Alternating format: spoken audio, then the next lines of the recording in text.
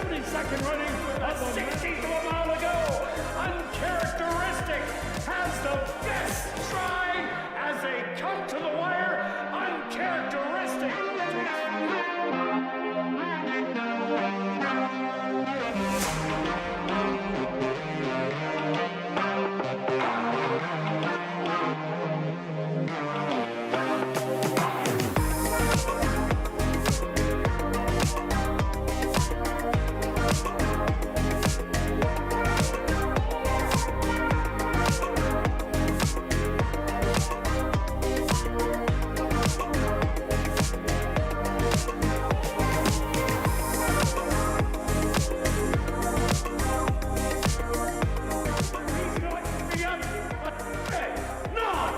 Take the 74th running of the Manitoba Derby.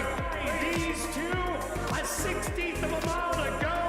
Manitoba is going to give Henry Witt Jr. his first Manitoba.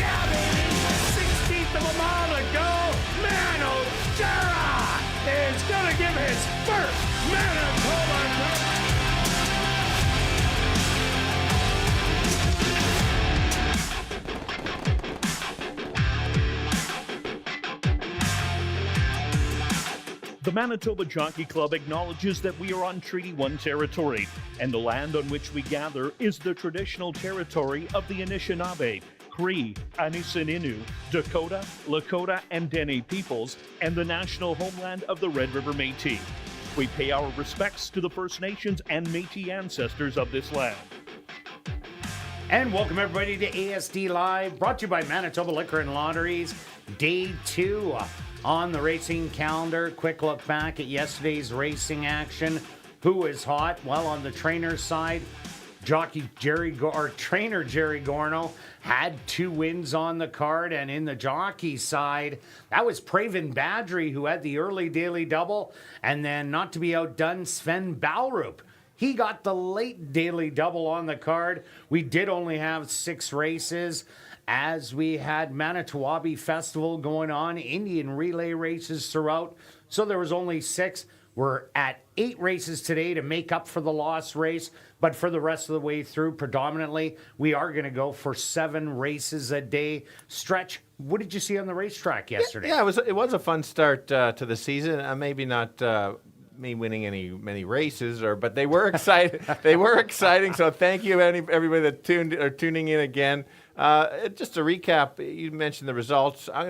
Only 1 horse went gate to wire. That was the first race. Many had battles on the front end, and they kind of backed up. But there were some stalkers that won, the deep closers inside and outside. So very fair track. We had the bigger fields. You may want to rewatch that last race because there's 11 in there. Good race call, by the way, Kirt. There was some trouble in there. Make note. I've got some notes when those horses kind of come back. Also, where did the horses come from that won?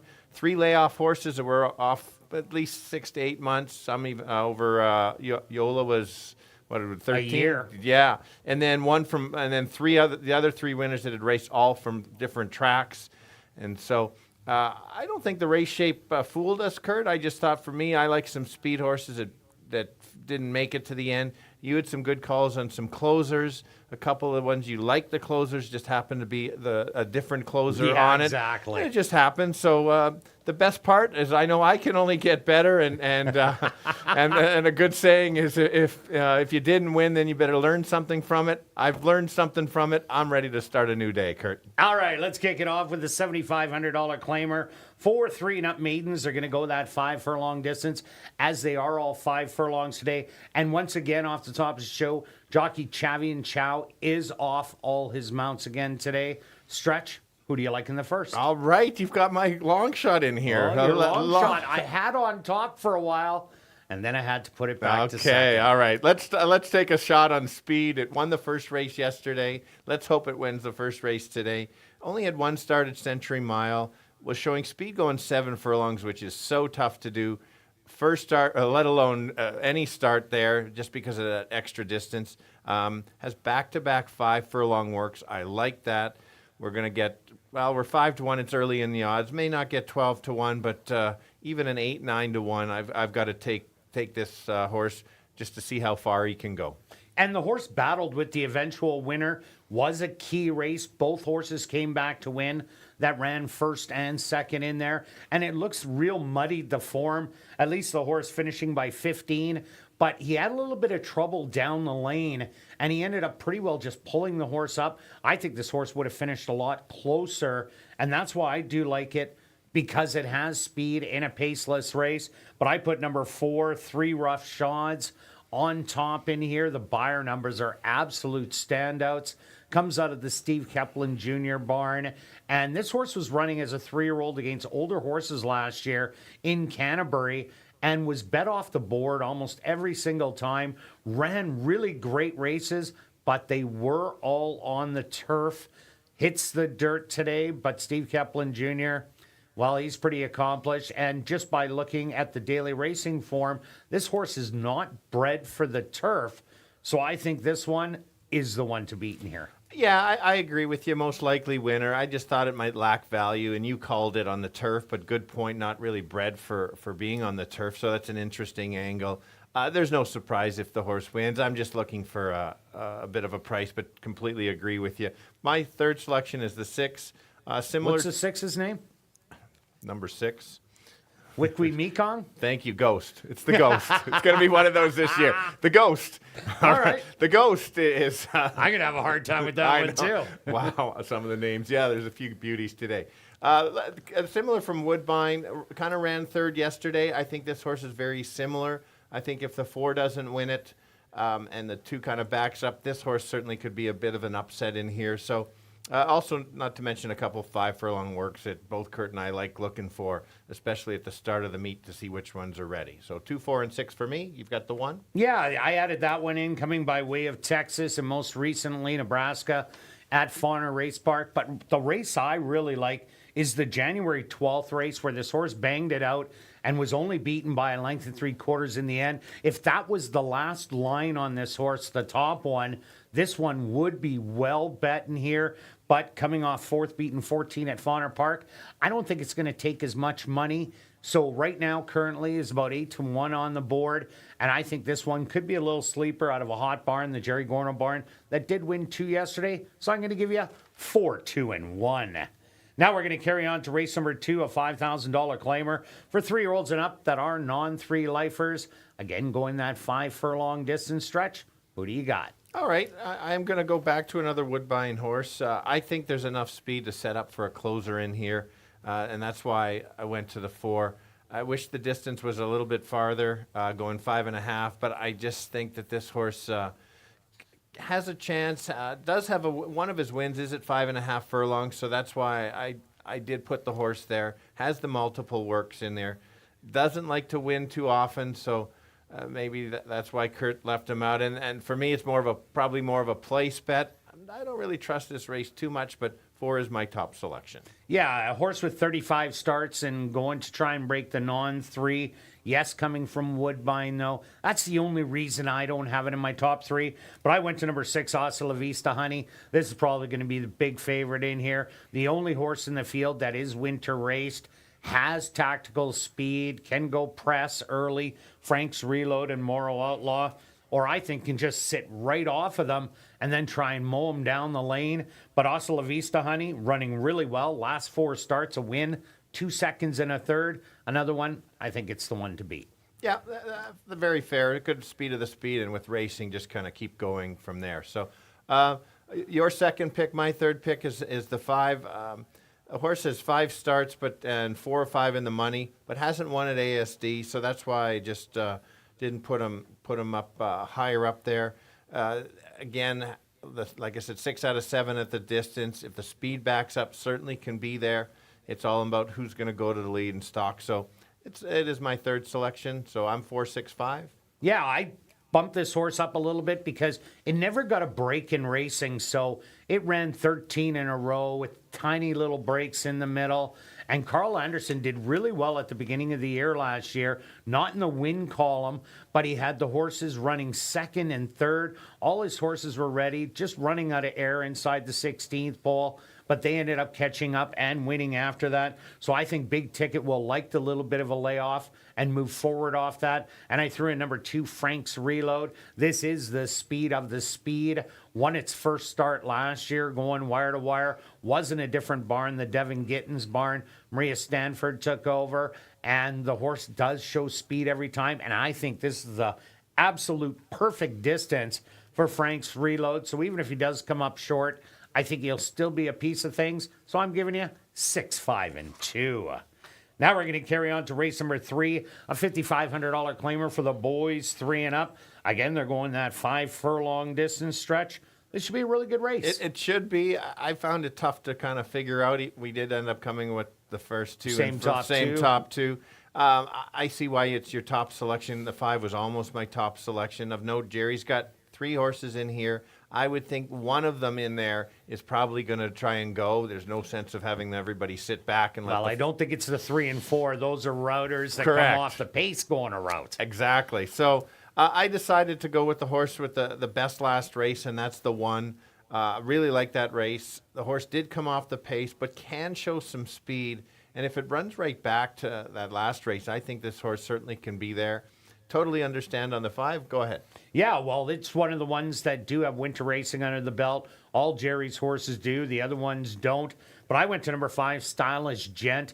This horse brings one thing to the race, and that is really good speed. And not just short speed, 5 furlongs. This horse can carry it to 7 furlongs and beyond, as he did in his last start, winning by an easy 7 lengths.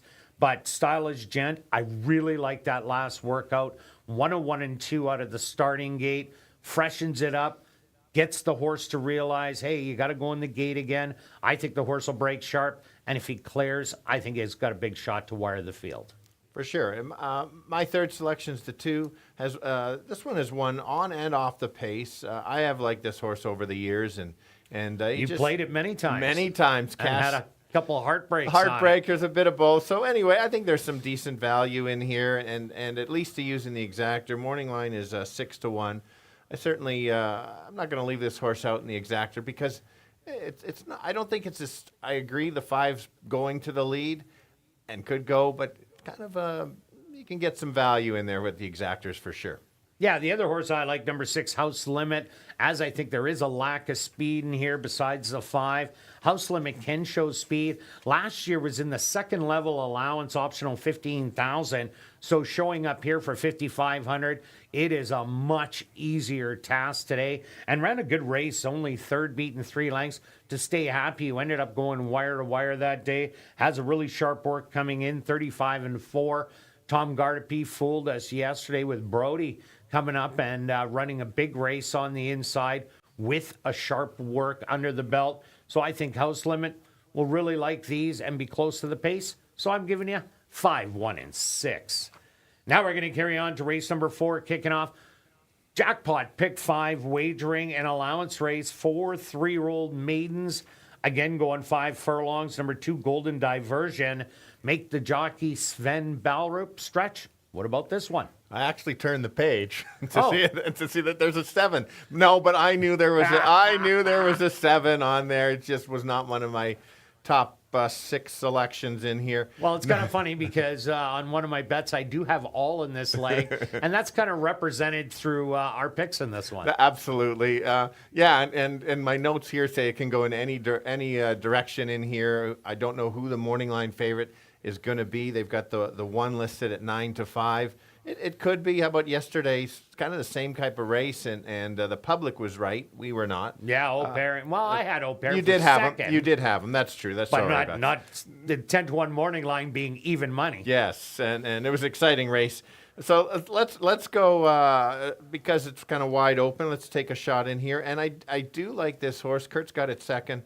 It's never a bad thing to take a horse coming from Oaklawn Park, especially winter racing. It is as tough as it gets out there. I like that the horse cuts back in distance, showed speed. I watched the replay, was right there until the turn, and then kind of got tired.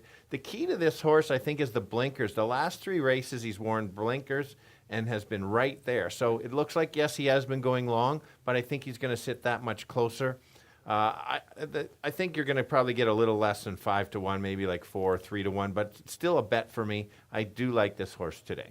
And also a good thing was running against older horses at Oaklawn Park in those last 3 starts. Now cuts back against straight 3-year-olds. I went to number 7, You Back. Horse coming by way of Tampa Downs was in for 16,000 or 10,000 last time out. Previously was 16,000. Hit the older horses last time. Put blinkers on. And that was the best race the horses run. It was right in behind the leaders and tired late, but only got beat by 5 3/4 in the end. I think if it brings that same kind of race back, I think it could be a good price on the board. And so my second selection is a 3 coming from Turf Paradise. I think is the speed of the speed. Was post 10 last time out. Almost got the lead. Cuts back in distance. I'm not going to be betting him to win, but because he's had a lot of chances on this, but I think it's a horse that you've got to use. You can't leave out just because could go gate to wire in here, and it's always dangerous front end speed. And we'll see if some get front end loose today, if the speed carries or it's just the track bias. So that's my second selection. Well, I'm going to talk about the first-time starters. Okay. Let's start with number 5, Double Karuba. The dad firing line only had 2 wins lifetime, but made almost $1 million and was in the Kentucky Derby. Ran second to American Pharoah. That was back in 2015. The horse could run from 6 to 1.25 miles. The mom had 3 wins, $40,000 in earnings. Has 6 brothers and sisters. And 2 of them did not start. 3 of them, did not start. 2 of them are non-2 lifers. One made $154K, the other $23. And the other one was a speedball. 3 wins, $100,000 in earnings. So it's kind of a mixed bag. Couple routers that won, a sprinter. And then we're going to look at number 6, Keep Calm, Cruise On, the dad. Catalina Cruiser. Ran 9 times, won 7 of those 9 times, made $700,000 plus, was a speedball, ran from 6 to 1 mile and a 16th. The mom, which way did she go? She had 4 starts, only 1 win, $30,000 in earnings, and she was also a speedball. 11 brothers and sisters on this one. You have 3 of them that didn't start, 3 of them that are maidens. But you had a 2-time winner, a 3-time winner, a 6-time winner of $300,000, a 13-time winner of $350,000, and a 3-time winner Rocket of $215,000. So the family is kind of split in the middle. Either you're good or you're not. And I'm going to take a shot that the horse might be good. So I threw it in third. I like Devin Gittins with the young horses first time out. He does such a great job. So I got to throw it in as my third selection. For sure. He looks like you're going to get some value, so it's worthwhile because it's, like you said, a split of good or bad. I went to the 1, cuts back from Golden Gate from the mile. Take note, did go to the lead, but they were slow fractions. I don't think this horse is going to go to the lead. I think the horse is going to stalk and try to make a late run. So I'm 2-3-1. All right, on to race number 5. Kicking off, $25,000 guaranteed pick 4 wagering, a $4,000 claimer for fillies and mares 3 and up that are non-winners of the year or non-4 lifers. Again, going 5 furlong stretch. What about this one? We're on the same horse. We are on the same horse. I expect a very fast pace in here for this level. Many need the lead types in here. It's clear if they don't get the lead, they back up. So I guess it's possible somebody could get the lead and keep going, but I think if it's running anything like yesterday, you need the closer. That's why we're both on the 5. This horse was running at a higher level at Fawner, and the last 2 races, they're okay. But if you just has the right running style, I think it's just gets the edge because the horses run. I think it's the right spot and the right time for a victory. Hard to say. Morning line 5-2. I think you might get somewhere around there because there are a lot of choices. Yeah, I agree with you. The speed's all on the outside, 7, 8, and 9. And I expect Georgiano to get that great trip, like you said. So I'm in agreement. I also went to number 3, Maybella. This horse has run really well off the layoff. 2 layoffs, a win and a second. Last year started off with an easy win by 4. That was a restricted race, but she just looked absolutely dynamite. Michael Nault sent 3 horses to the track yesterday, and all 3 of them ran really, really well. Lady Cop ended up running second, disqualified. Blazing Bow, who we thought had no shot, ran a really good 4th, and Yola ended up winning. So I said you got to throw this one in. I think it's going to be ready to go at a bit of a price. For sure. I went to the 2, another one running at Fawner. The key on this one for me is like very dirtied up form at Fawner. So I'm going to say this horse did not like Fawner in the last couple races. You're getting 10-1. The horse is better on the lead, but I thought there's others that might have more speed. This horse could chase along the rail and kind of take over. Look at the Canterbury races, and that's kind of the key for me. That's why I've had to at least include this horse in the exactor from there. Yeah, and I threw in number 7, Miss Z. Wow, did she make an impression early in the Cool Excellence. She almost stole it at 33-1, then ended up getting a little leg weary inside the 16th pole, but she ran well all year long, ended up running for 4,000 at the end of the year, getting the win, and sold. Just the question is, how fit is she to go the 5 furlongs? If she's fit and ready to go, she could be long gone.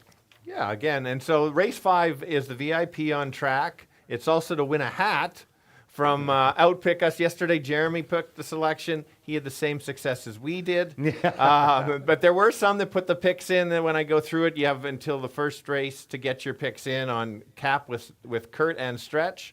Oh, and you put my name in I let time. you put the name in there. Oh, and somebody what a did. nice guy. Somebody, I'm sorry, I don't remember the name. They did pick the winner in there. They gave a nice angle. I'm disappointed that I didn't select them. They would have got even more in lights. But put your picks in. Give us a good reason. And if you're trying to beat our 5, outpick us on that one. And I got the 1 for 3rd coming from Fawner and is the right running style. So I'm 5-2-1. All right, on to race number 6, an allowance optional $15,000 claimer for filly 3-year-olds. They're again going the 5 furlong distance. Number 1, East Coast Cowgirl. Make the jockey Neville Stevenson. Stretch, we're on the same horse again. Yeah, I do like this one in here. We have some real nice fillies in here with, I think, some future stakes wins expected. Just some very talented horses in here. We're going to see how they progress throughout the year. And like I said, one of my stronger plays. This horse has been competitive at Santa Anita, lost to some very good other fillies, and I did some research on who it lost to. Many of them went on to win stake races at Turf Paradise or run competitively in stakes at Santa Anita. I think this horse can stalk or go right to the lead. Had the tightener a month ago. I think that sets it up. I think this horse is ready to run a big race. Yeah, I agree with everything that you said in there.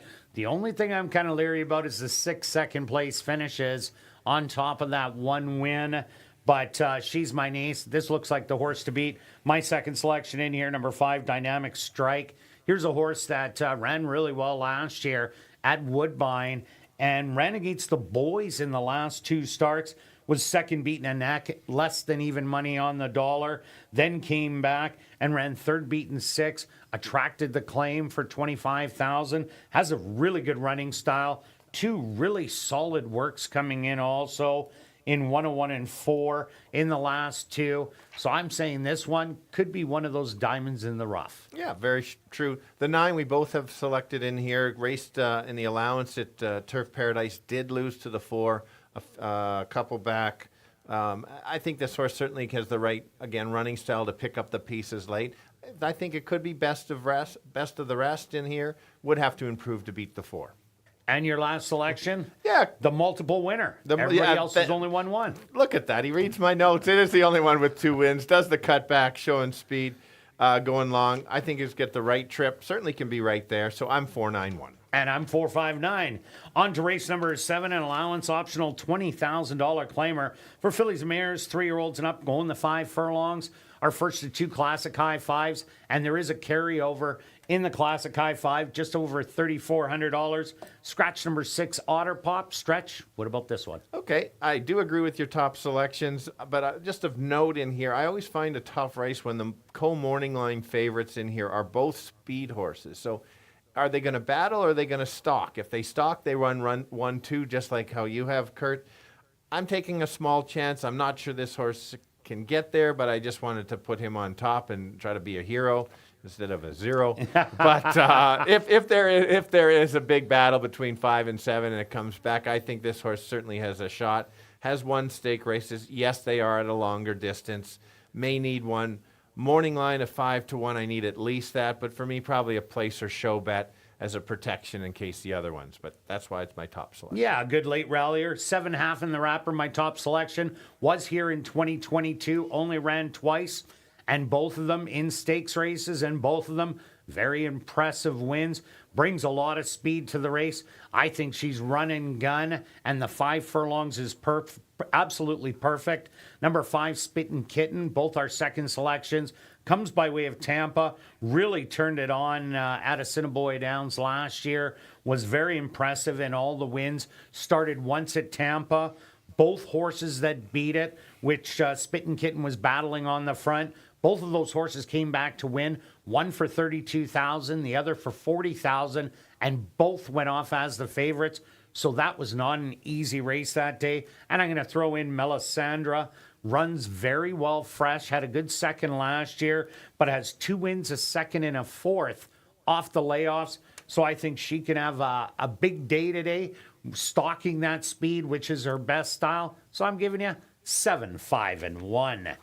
Now we're going to carry on to race number 8, an allowance optional $10,000 claimer for 3-year-olds and up. Again, the 5 furlongs. Scratch number 3, Giacometti. Number 7, Crown Royal. Make the jockey Arthur Badu. Stretch, what about this one? Third page again. You really you always kept turning right to the end. You I'm going all the way all to the the way. Outside better be good today for you. Good field of 9 because Look there at is. you taking my long shot. I've I got it got on. two I've got I it got on. 2 long shots. I've got it on top. So I get Yeah. all. If the one wins, I get full credit. You just get anyway. Tag along with Yeah. Stretch. A good field. A good field of 9 because we do have the one scratch. Good way to close out the 2 opening days. So the likely favorite and this why I talk about the scratch because it is a key. Watch out for the morning lines. All of they're going to cutting at least 25% ish. Would you say? For sure. Was a likely favorite, like I said, and the speed of the horse. So that opens it up to find the speed in this race. And so that's why I decided on the 1. Showed some nice speed the last couple times. Gets the rail. Doesn't have to have the lead, but this horse just might be sharp enough to increase to maybe the higher class level. Is just sharp. Like I said, I'm hoping maybe 5-1 on this horse. Right around there might take a shot. Might be stealing it because nobody is for sure. I'm not sure who's going to the lead.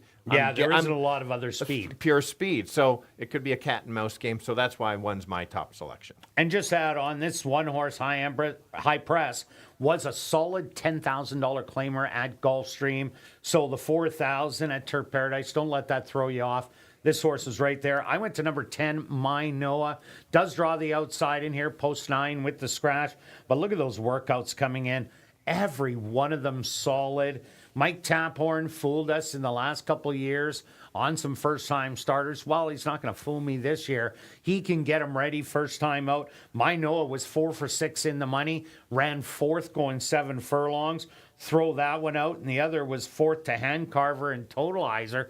And that was a real tough race, but did beat Jafafa and ran 2nd to Jafafa. And Jafafa yesterday was bet off the board and ended up running 2nd. So I think My Noah, great long shot. For sure. The, 5 is my second pick. Could have been my top selection, but hasn't been in the money at the distance. So I had to scale it down. Very good last couple races, so I couldn't leave it out. So it hopefully won't be far away. So I'm going to must use in exotics. Yes, that is a good one. And I bet you if there's a carryover, you're going to be betting those exotics if nobody gets the Classic High Five race 7. Notice how exotic bear. So anyway, Yeah. Anyway, moving on. That's why I've taken the 5. Go and ahead. Mr. Dazzle, we both have as our third selection. Always running in stake races. Ended up going in for 10,000 late in the year. Attracted a claim. Gets to waiver in, so you cannot claim the horse in for the 10,000 today in this first level allowance. So this is the easiest spot that Mr. Dazzle has hit. And in the last 4 times it's had those layoffs, has a win 2 seconds and a third place finish. So always competitive, and that was against the best on the grounds. So I'm 10-1-4 and stretch. I'm 1-5-4, and I used the 4 for third. I agree with you. I just didn't know if there was enough pace for the horse to get up. Good luck with all your wagers this evening, and I'll be right back with the changes on this evening's Carter Racing.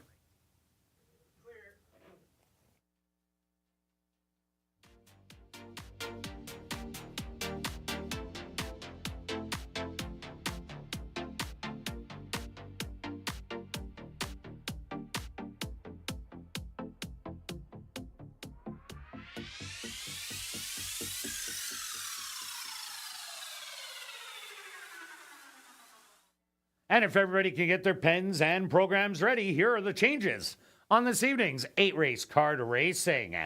Turning your programs to race number 1, just a couple overweights, and they're on your TV monitors.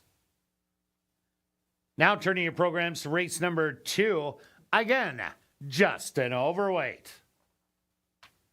Now turning your programs to race number 3. In race 3, number 6, House Limit, will not run for a claiming price. It will be a waiver. Once again, in race number 3, number 6, House Limit, will be a waiver, and there will be no claiming price. Now turning your programs to race number 4, kicking off Jackpot Pick 5 wagering. Number 2, Golden Diversion, make the jockey Sven Balrup. And on number 2, Golden Diversion, the ownership should read Gorno 2.0.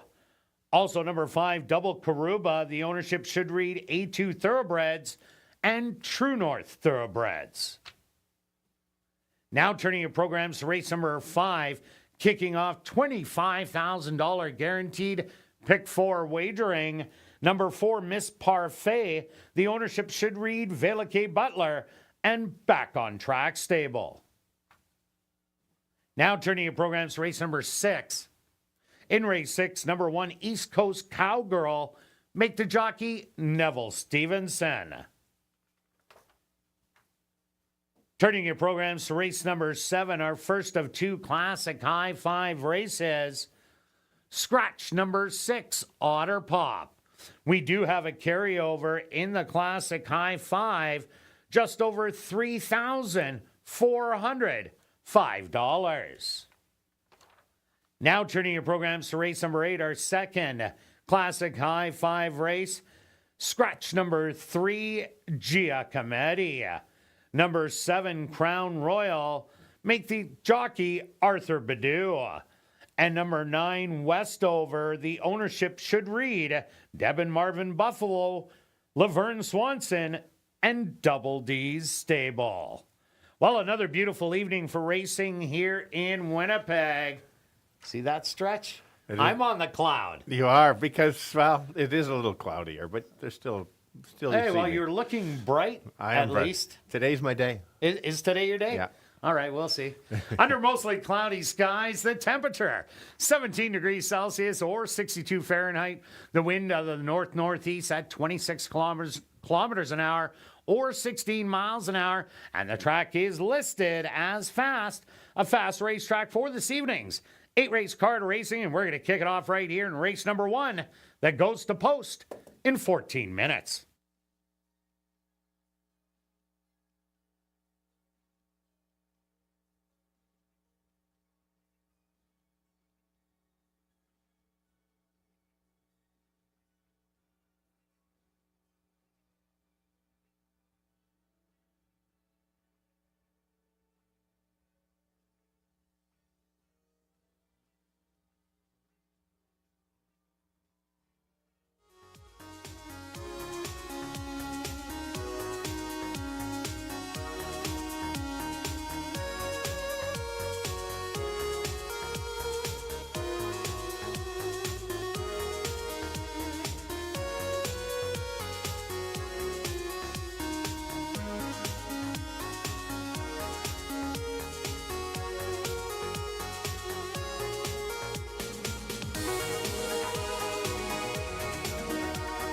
Well, be sure to enter your name for a chance to be our VIP Fan of the Night.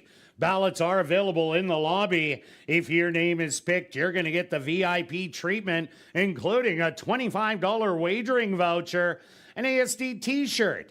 You're going to get an ASD ball cap autographed by Stretch and myself, and you're going to come up to the press box, watch me call a race. You're going to go down and visit the horses in the paddock, and then you're going to watch a race from the winner's circle and get a framed photo with the winning horse.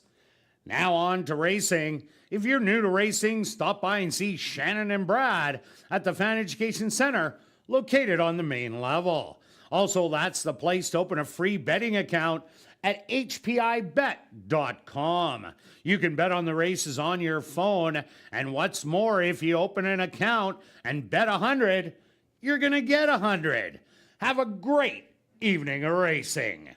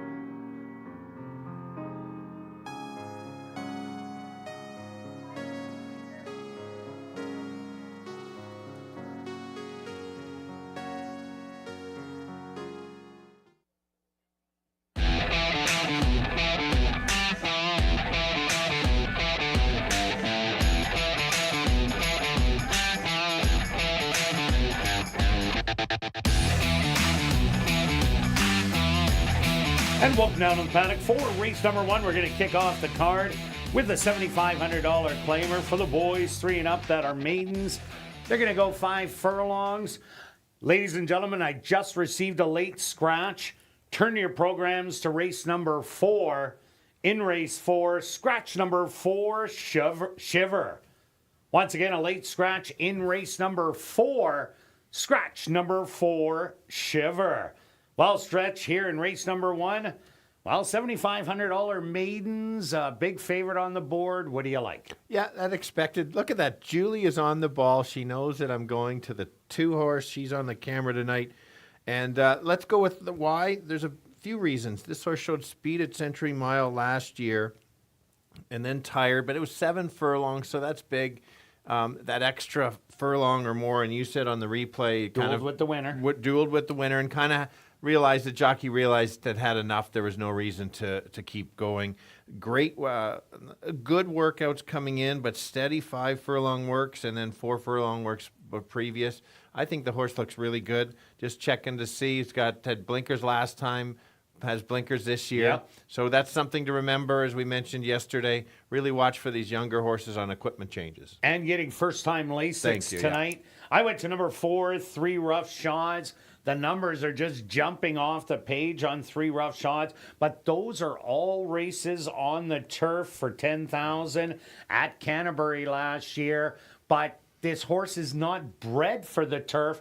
The turf number is actually really, really low. So 3 Rough Shots only started on the dirt once. That was at Hawthorne. Wasn't a great race, as the horse did get beat double digits, going a mile and 70 yards for $30,000. By numbers, it says it is a sprinter, and it does like dirt. I do like that it ran against older horses last year as a 3-year-old and was very competitive and well bet in all those starts and comes out of a 25% win clip barn.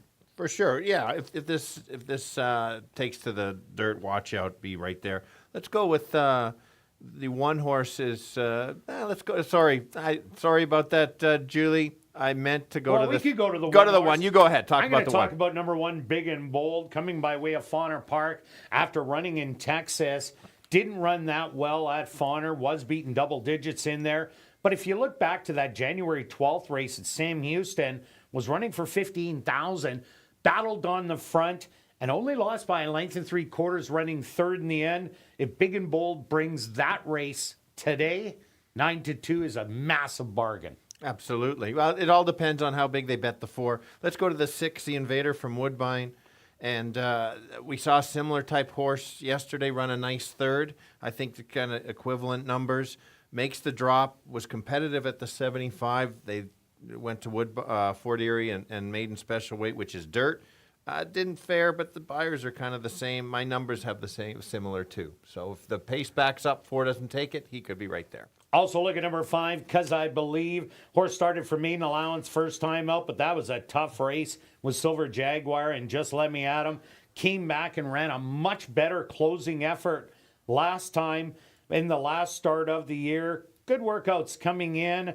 This could be a little bit of an upsetter also in here. For sure. And the most raced horse coming in is the 3 horse, but has run already. Form is a little off, but could be the one that's in shape. So might even end up being, it is the longest shot on the board. So if you're a show player, maybe that horse to pick up the pieces. All right, let's go to our wagers here in race number 1. Stretch, what do you have? All right, I've got a couple bets. Oh, look at you. Oh, Kirt, look at you. I'm not letting you steal the whole board. $10 to win on the 2 and a $2 exacta box, 2, 4, and 6. Starting off small. Wait till as the night goes on, Kirt. And myself, I'm going after the early pick 3. I'm thinking it's easy. I'm going to $10 straight, 4, 6, 5.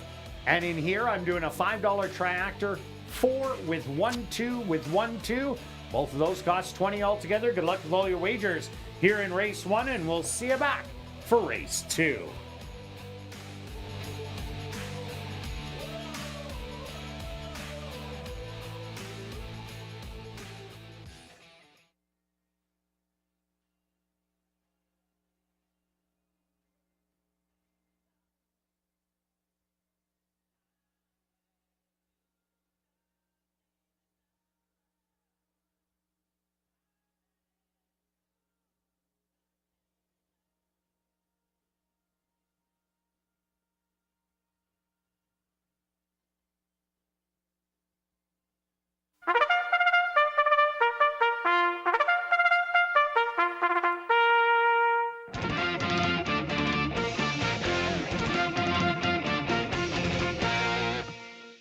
The horses are on the track for race number 1. They're going to go 5 furlongs for $10,000. Number 1 is Big and Bold, owned by Henry Wood Jr., trained by Jerry Gorno with Arthur Badu. Number 2 is Plunge Into the Night, owned by Dark Cloud Racing, trained by Jamie Hartman with Stanley Chady Jr. Number 3, Dad's a Mumbler, owned by Mike Powers, trained by Jerry Gorno with Sven Balrup. Number 4, 3 Rough Shots, owned by Drop-In Racing, James Keplin and Parker Wallette, trained by Steve Keplin Jr. with Ronald Alley. Number 5 is Cause I Believe, owned by Dark Cloud Racing, trained by Jamie Hartman with Rashad Knights. And rounding out the field is number 6, Wikwemekong Ghost, owned by Hillside Farms and Right Attitude, trained by Stephen Gaskin with Javaniel Patterson. Post time for race number 1, 4 minutes away.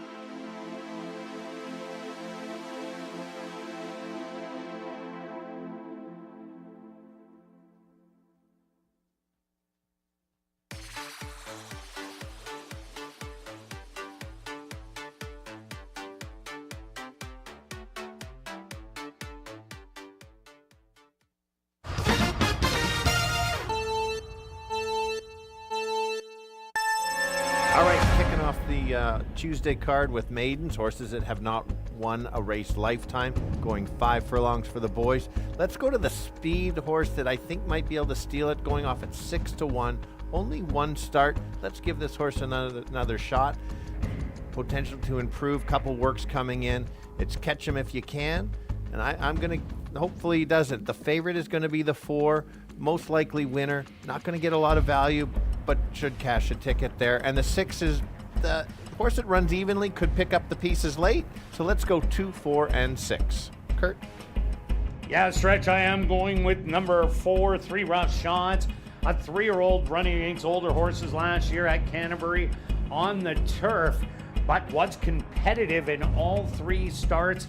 Comes to Assiniboia Downs, the numbers say the horse can run short and can run on dirt, so I'm putting it on top with number 2, Plunge Into the Night. This horse should show speed, gets Lasix. That's kind of a muddied line because it dueled with the winner, and the winner and second place horse came back to win, and they kind of pulled up coming down the lane, so I expect a lot more. And the one Big and Bold, another one with speed and winter racing under the belt, so I'm going to give you 4, 2, and 1. Good luck here in race number 1.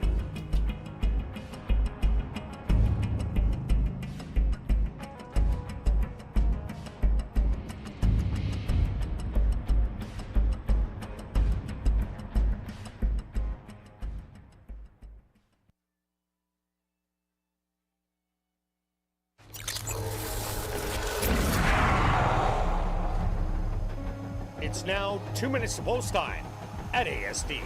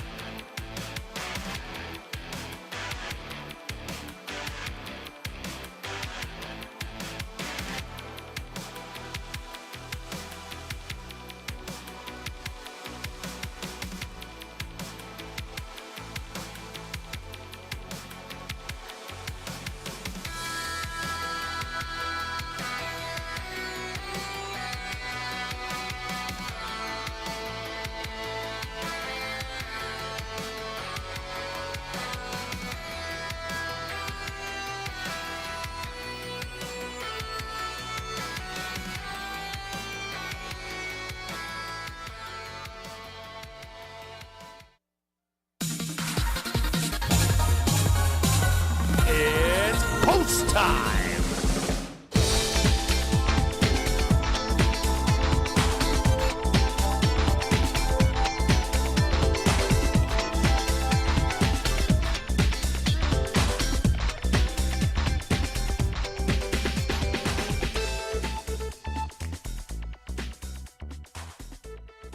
Big and Bold, the first one to step into the starting gate.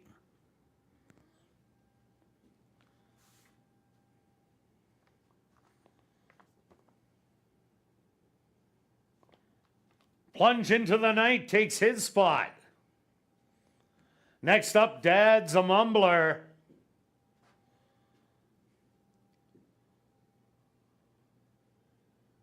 Big and Bold, a little fractious in the gate, settled down. 3 Rough Shots, the Kirt 8-5 favorite walks in. Just 2 left to load, 'Cause I Believe. And now just waiting on Wickwee Mekong Ghost. And the field will be ready.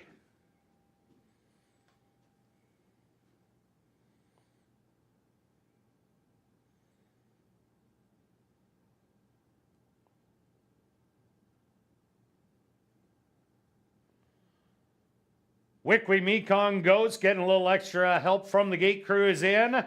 Big and Bold, fractious in the gate. Once again getting settled. They're at the post, and they're off. From the far outside, 'Cause I Believe, showing great early speed, and will take the lead early by a length and a half. Plunge into the Night is going to try and engage 'Cause I Believe on the outside. Settle back in third, Big and Bold. Dad's a Mumbler. And then racing as a pair at the back, 3 Rough Shots and Wickwee Mekong Ghost. But they're only 4 off of it. The opening quarter, 24-1. Plunge into the Night. Now takes the lead by a half a length. 'Cause I Believe switches to the outside in second. They hit the head of the lane and Plunge into the Night is opening up on this field, is now up by 5. A late run by Dad's a Mumbler, but it's Plunge into the Night who's gonna win by 5.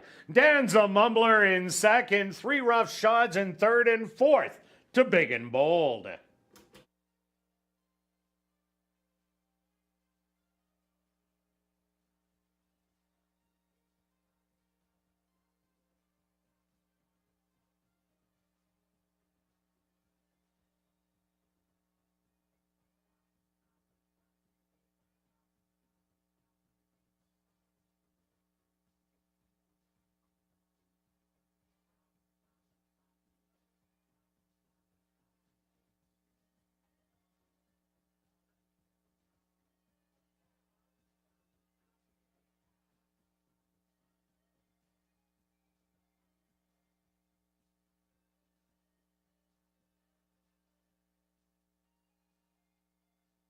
The Stewarts are posted number 2, Plunge into the Night as your race winner.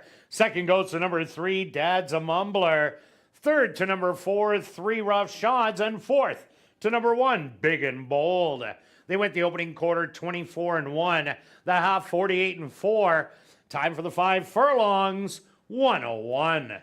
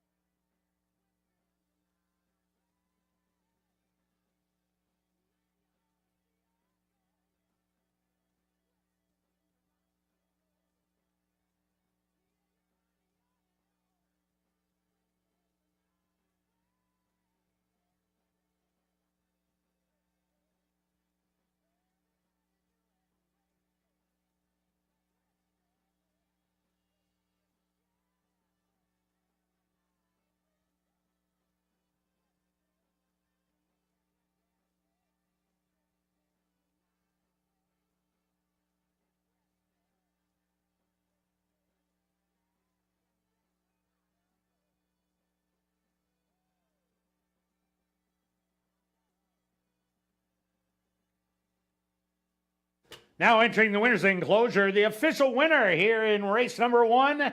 That's number 2, Plunge Into the Night. Plunge Into the Night is a big gelding, 4 years old, by Saturday Night Lights, out of the mare Plunge by El Roblar.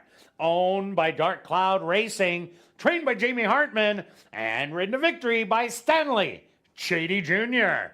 Time for the 5 furlongs, 101.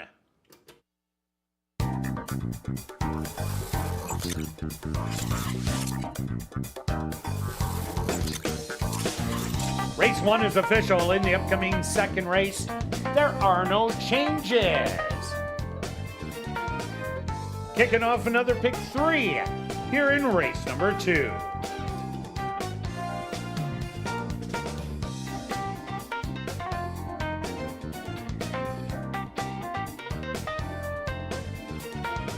And ladies and gentlemen, Assiniboia Downs has introduced a new 50-50 draw that will take place each and every race night.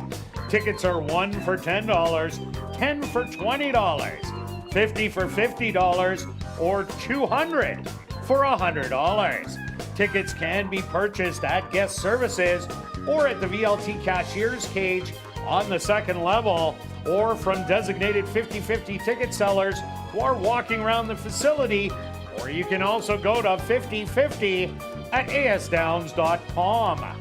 The draw will take place at 10 p.m. tonight, and proceeds will benefit Final Furlong and the Winners Foundation. Please note that you do not have to be in attendance to claim your prize. Check our website at asdowns.com for the winning number. Also be sure to check out 140 VLTs in our spacious Club West Gaming Lounge located on the second level of the grandstand. They're open all day, every day from 10 a.m. to 1 a.m. Starting Monday, June 3rd, we will be drawing for $500 cash each race night in the VLT Lounge following Crazy Hour.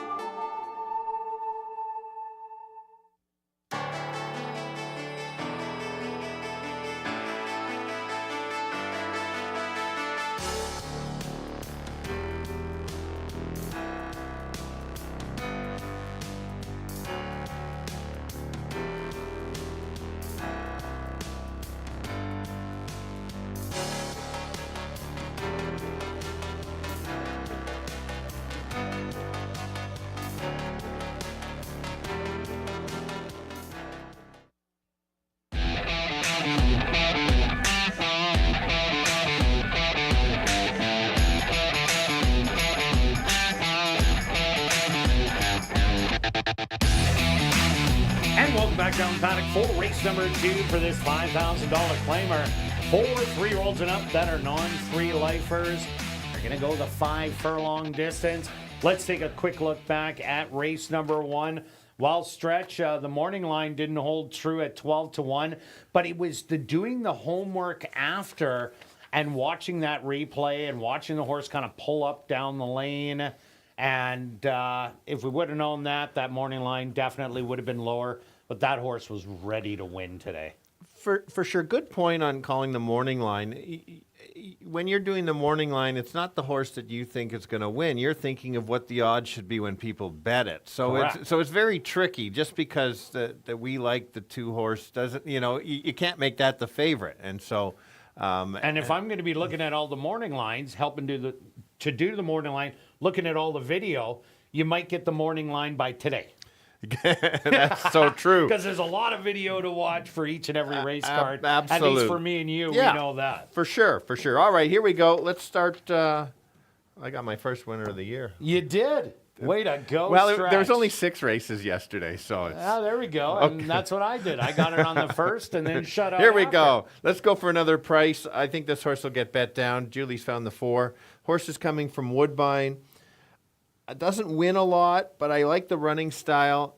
Yes, the first race, the horse went gate to wire. Remember, yesterday, only 1 horse went gate to wire. On the Woodbine, has the nice workout, steady workouts coming in. If you look at that race back in April last year at Woodbine, was at 5.5 and made a late run. I'm hoping the same thing happens. There is a potential of some early pace with a few horses in here. Your horse on the outside, the 6. We've got Frank's Reload likes to go at different times. Even the 3 also goes. If we get a battle early, then I got a shot for this horse getting up. 7-1 is a great price. Maybe small there, but you'll see what my bet coming up is in a bit. Yeah, I was kind of surprised they didn't run the horse a few more times going short after that. After the horse wins going 5.5 furlongs, they went 6 at a higher price, but then they just kept going up and up in distance, and that kind of threw me off there. I went to number 6, Hasta La Vista Honey. I expect this one to go off as a post-time favorite. Has tactical speed in here. The 2 and 3 also have speed, but Hasta La Vista Honey's last 4 races are all good. Got a win 2 outs ago by a half a length. Had a couple of seconds and a 3rd place finish. Last year, the horse was here. Had 6 starts, 3 seconds and a 3rd, and a couple of times got beat by a different one of Jerry's. This is the only one that's coming in race fit, and that's why I made it my top selection. Yeah, it's my second selection. Absolutely agree with you. We both have the 5. I put the 5.30. You put it second. This 5 is run always right in the mix. You made a great point last year that how many races in a row ran all year. Needed the break. Even that last race was a nice race there. Again, a stalker that's going to come off the pace. Has been working since April 13th. Relatively steady between every 7 or 8 days. I like that angle. And so, like you mentioned, Carl has had him ready last year. Was maybe not win, but was always in the money. Yeah, another horse I like in here, number 2, Frank's Reload. Was a winner at first asking. Off the layoff, went wire to wire in a maiden field. Wasn't a different barn, but loves the distance of 5, 5.5. And I think 5 is even better for Frank's Reload. What this horse brings to the race is absolute speed.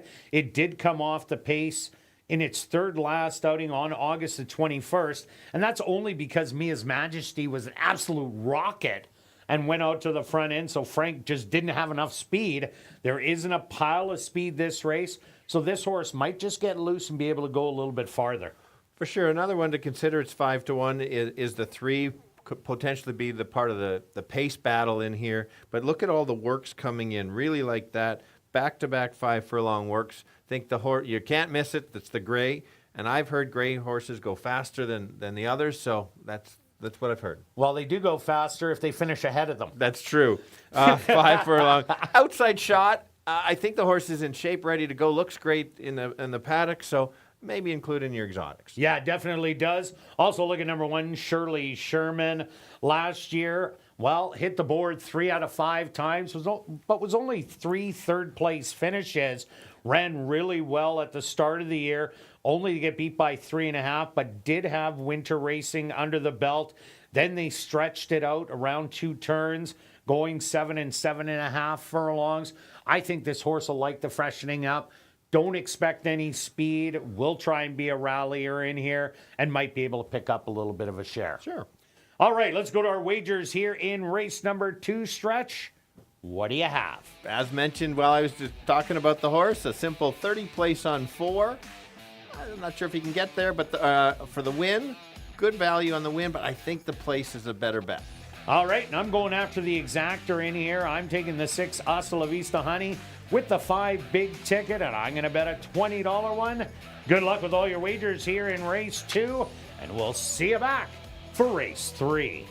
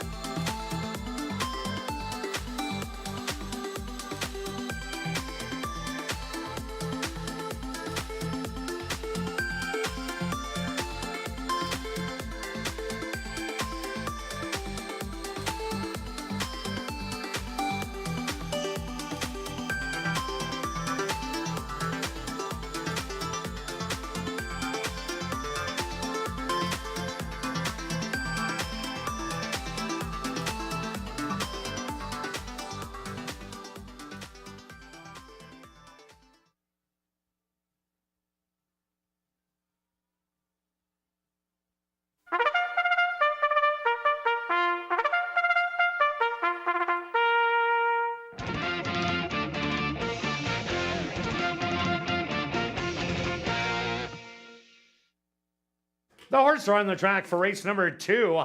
They're going to go 5 furlongs for $10,200. Number 1 is Shirley Sherman, owned by Ryan Desjarlais, trained by Ryan Desjarlais with Ronaldo Cumberbatch.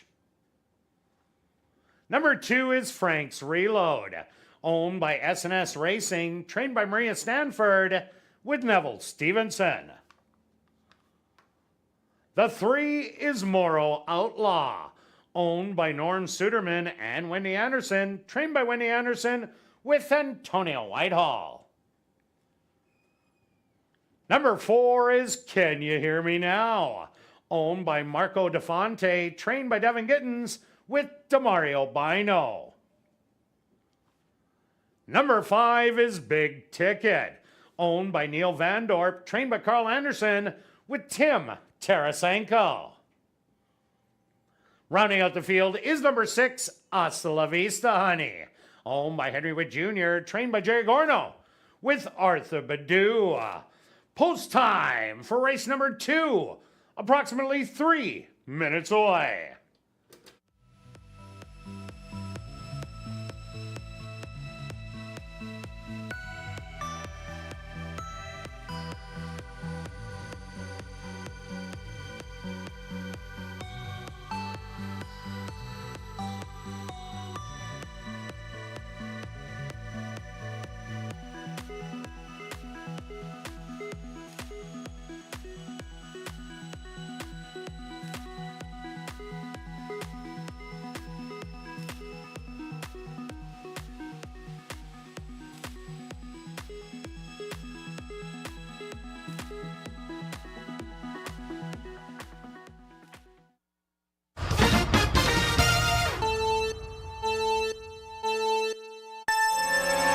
Boys going 5 furlongs, all of them looking for their 3rd win lifetime.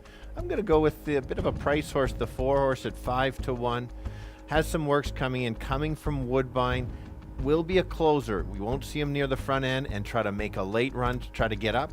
If the speed battle backs up, certainly can be there. Who's going to be right there on the front end? That's the 6 coming from Fawner. Certainly can show speed, put away the speed and hang on. Getting 2-1, that's more than fair. And then also the 5 is another one of those closes that I like to pick up the pieces. So let's go 4, 6, and 5. Kirt? Yeah, Stretch, I went to number 6, Hasta La Vista Honey. Has that winter racing under the belt and has been having a good string of races with a win, a couple seconds and a third in its last 4 starts. So I think it'll be forward, but sitting right behind the speed. I also like number 5, Big Ticket. This is a horse that I think needed the layoff. Has an excellent running style and comes out of a barn that can get him ready at first asking. And number 2, Frank's Reload, probably the quickest in the field and is the preferred distance of Frank's Reload. So I'm going to give you 6, 5, and 2. Good luck here in race number 2.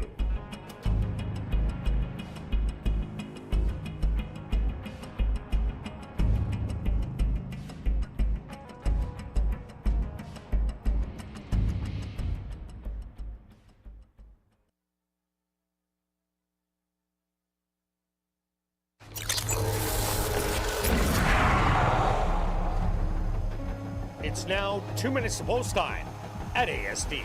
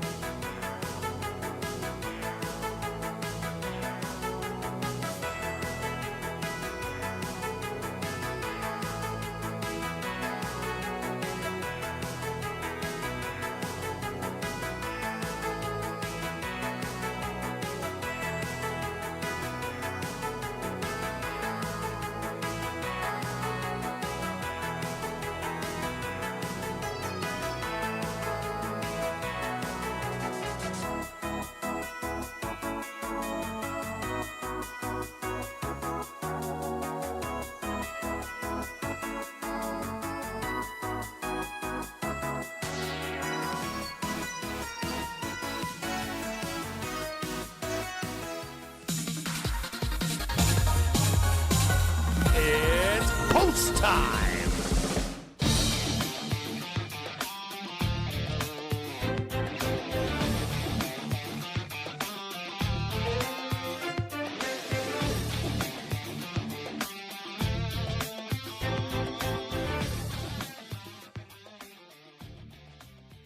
Shirley Sherman, the first one in.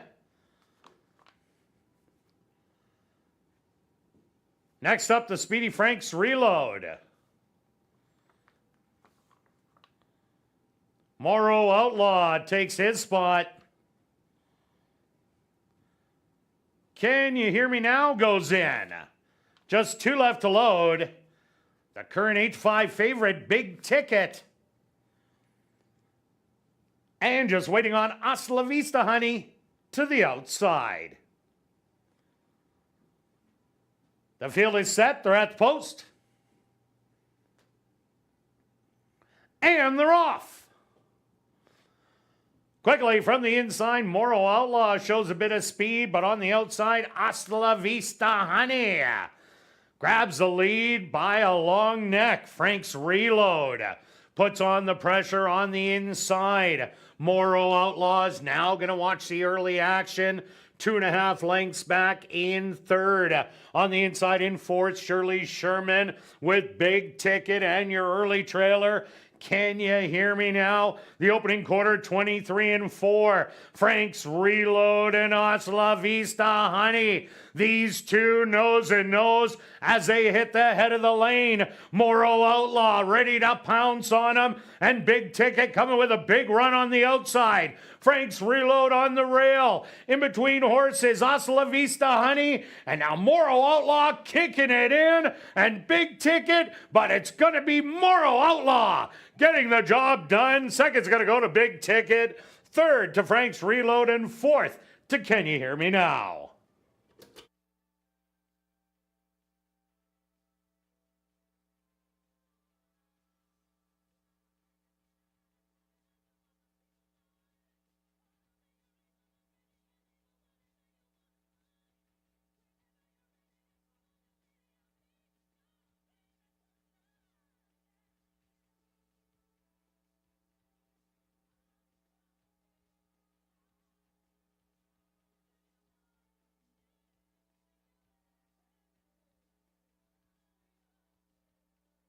The Stewart's opposed to number 3, Morrow Outlaw, as your race winner. Second goes to number 5, Big Ticket. Third to number 2, Frank's Reload. And fourth to number 4, Can You Hear Me Now? They went the opening quarter 23-4. The half 48-1. Time for the 5 furlongs, 1 minute and 4/5.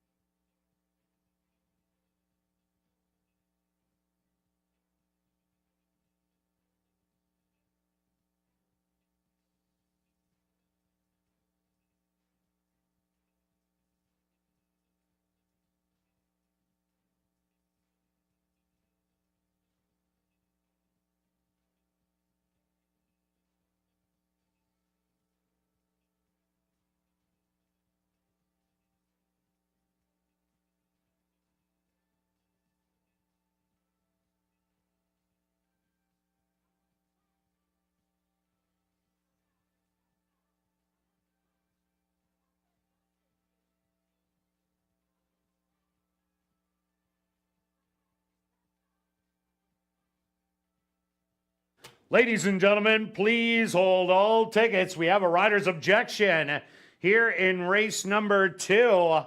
Tim Tarasenko aboard number 5, Big Ticket, has claimed interference against your unofficial race winner, number 3, Morrow Outlaw, and jockey Antonio Whitehall. Rider's objection, 5-on-3 in late stretch.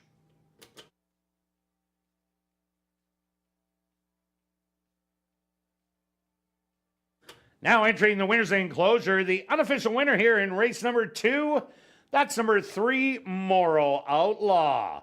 Morrow Outlaw is a Grey Roan gelding, 4 years old, by Morrow Tap. out of the mare color code by Too Much Bling. Owned by Norm Suderman and Wendy Anderson, trained by Wendy Anderson, and ridden unofficial victory by Antonio Whitehall. Time for the 5 furlongs, 1 minute, 4/5. Once again, ladies and gentlemen, a rider's objection, 5 on 3 in late stretch.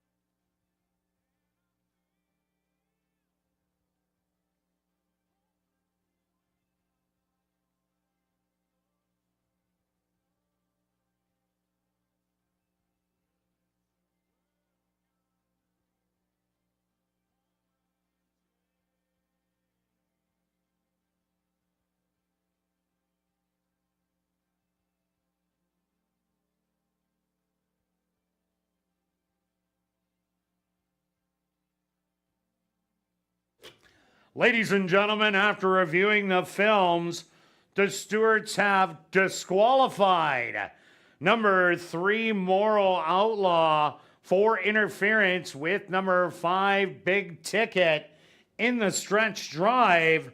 So the new order of finish will become 5, 3, 2, and 4. Once again, we have a disqualification. That rider's objection was 5 on 3. And as a result of the objection, number 3, Moral Outlaw, was disqualified from win and put in the place position. The new order of finish, 5, 3, 2, and 4.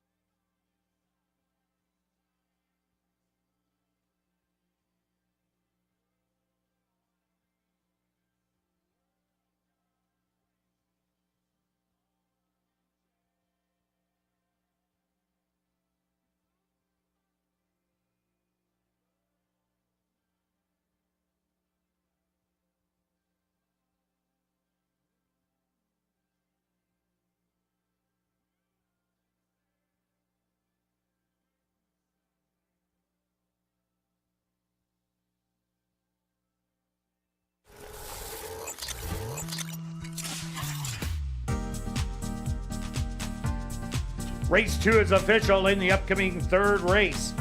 Number 6, House Limit, Delete the Claiming Price, will run for the waiver. Once again, here in race number 3, number 6, House Limit, will run under the waiver, so there will be no claiming price. Kicking off another pick 3 here in race number 3.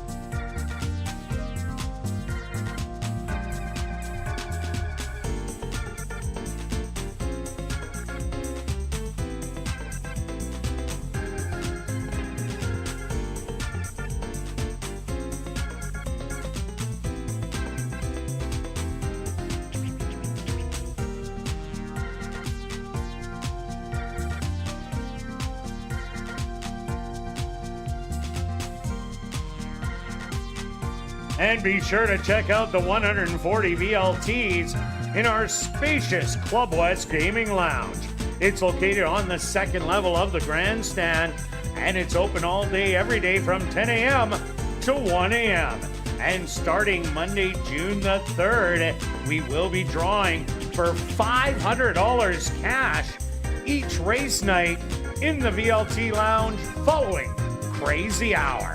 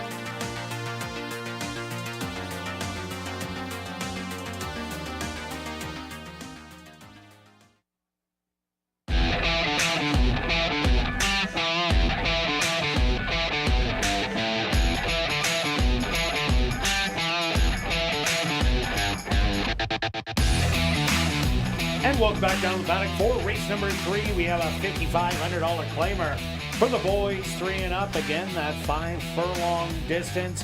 Number 6 House Limit will run out of with the waiver without a claiming price. Quick look back at race number 2. Well, it was the speed duel on front. Frank's Reload, Hasta La Vista Honey, Big Ticket, and Moral Outlaw. They stalked. They both ran on by those two, but a little bit of interference, so an adjusting of order. Yeah, exactly. And why you watch replays is I don't want to make excuses for my selection, but I marked it down, finished with a lot of horse and a good gallop out. It's good to watch these horses. What happens after the wire clearly needs longer. If this same race goes 5.5, I probably go back to the 4. And those gallop outs, we pay attention to that, and you really should watch that part of the race, not just the wire, because those gallop outs will help you with future wagering. Okay, Stretch, on to race number 3. Who do you like in here? Okay. I found this a tricky race. I know that the 5's probably going to go to the lead, but let's look at the 1 is my top selection. I thought it was the best last race in the card, or in this race at Fauner Park. Came off the pace. Does have the ability to go to the lead if he wants to. Just the numbers were there. Is moving slightly up in class, but as Kirt mentioned on ASD Live, was racing at Prairie Meadows for $10,000, so it was a sharp claim by Jerry, recognizing this horse is worth more than that. Could go to the lead, could sit just off and take over, and so that's why it's my top selection. 5-1 is a nice price that I like. Yeah, it definitely is. I ended up going right now to the even money favorite. That's number 5, Stylish Gent, and this horse brings something to the race. What it brings, absolute speed, shows it almost every single time. About 18 out of the 24 starts, this horse was on the front end, comes off a really big win last time out, winning by 7, going 7 furlongs, has run very well going short. The thing I really like about this horse, look at that last workout, out of the starting gate in 101 and 2. And this race is going to run in about 101. So that puts his horse right in the fray. And I think it's going to get a loose lead. And if that does happen, this is the horse to beat. Absolutely. Really good point on the time and the gate. And it was the bullet that day. And that's not all the horses would have been in the gate on the 5 furlongs. They would have just had everybody that had raced, worked out the 5 furlongs. Yes, horse to beat for sure. Let's go to the 2 Club Champ. Bit of a fan favorite of mine. Also has a nice work, but take a look, 101, handily, not in the gate. So you can add a fifth or probably 2 fifths. What do you think, Kirt? Well, I'd add almost a second because you get a little bit of a running start to the pole compared to out of the starting gate where you're stopped and then go. Good call. So at least a second. That's a good call. This horse can go to the lead, can come off the pace. If the 5 gets ahead, the 2 chases could take over if the 5 can't get the distance, but the workouts say it can. But that's how I see how the race is going to go. Yeah, another horse I like in here, number 6, House Limit. House Limit started off at the second level allowance, which is just under the stake horses. Lost to Stay Happy and Del Vecchio. Stay Happy won that race easily, going wire to wire with Winter Racing under the belt.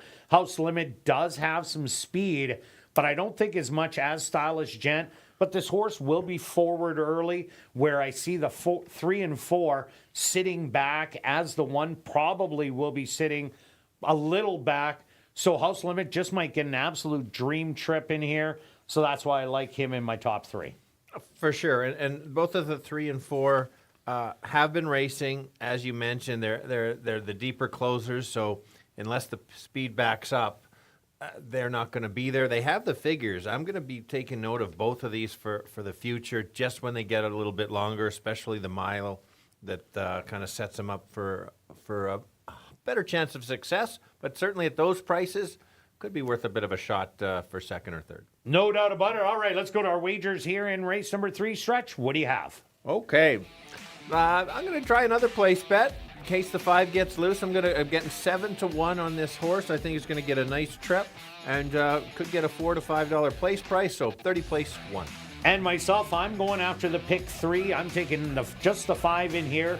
Then I'm going to take all and then 5. That ticket was $14, but Shiver was a late scratch.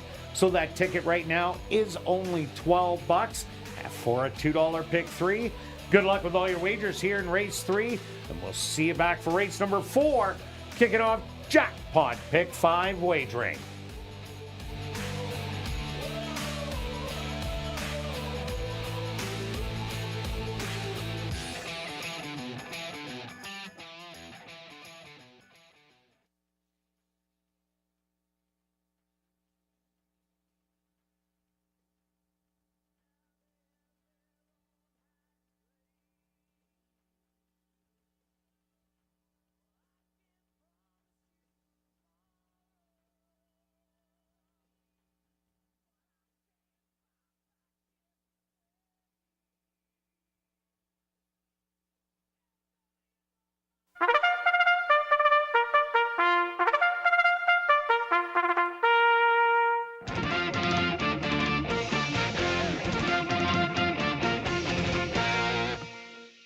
The horses are on the track for race number 3. They're going to go 5 furlongs for $13,200.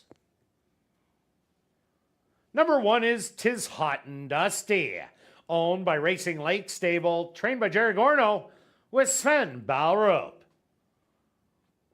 Number 2 is Club Champ, owned and trained by Courtney Ross with Antonio Whitehall. Number 3 is Getcha, owned by Henry Wood Jr., trained by Jerry Gorno with Neville Stevenson. Number 4 is Freemaker, owned by Henry Wood Jr., trained by Jerry Gorno with Sachin Paris. Number 5 is Stylish Gent, owned by Devin Gittins and Ron Wiley, trained by Devin Gittins with Demario Bino. Rounding out the field is number 6, House Limit, owned by Kenneth Lee Gardepy, trained by Tom Gardepy Jr. with Rashad Knights. Post time for race number 3, 5 minutes away.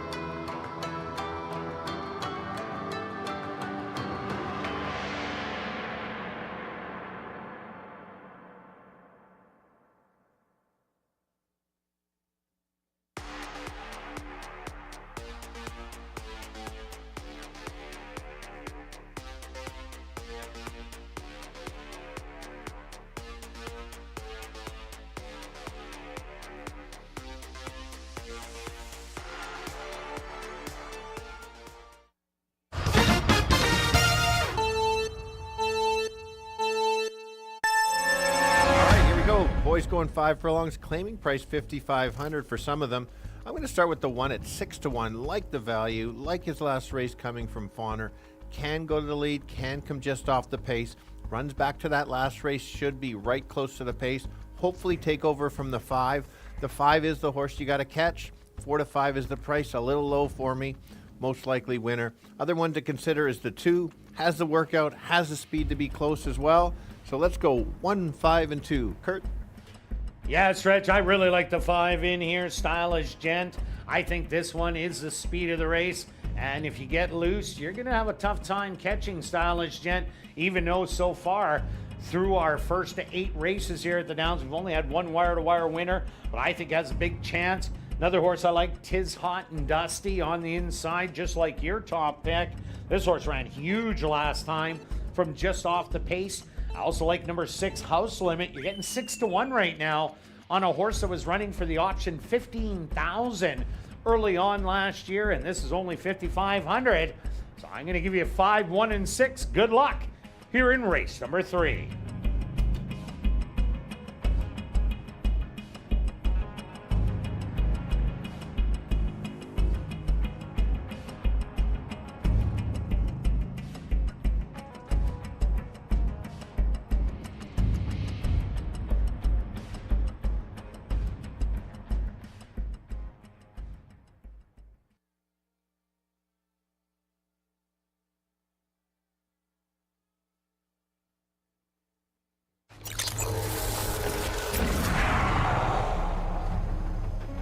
It's now 2 minutes to post time at ASD.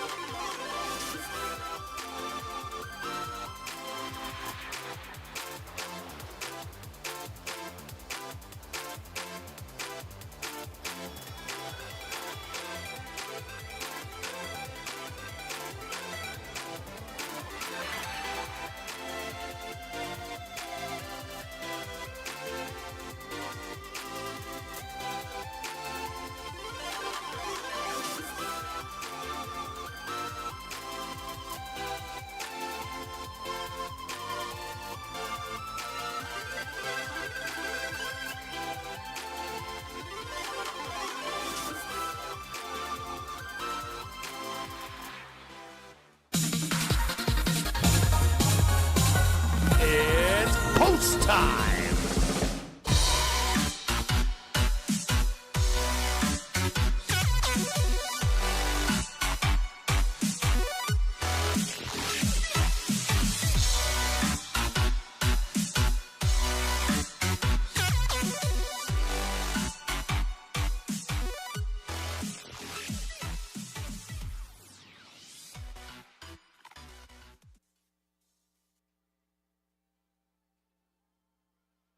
Tis Hot and Dusty.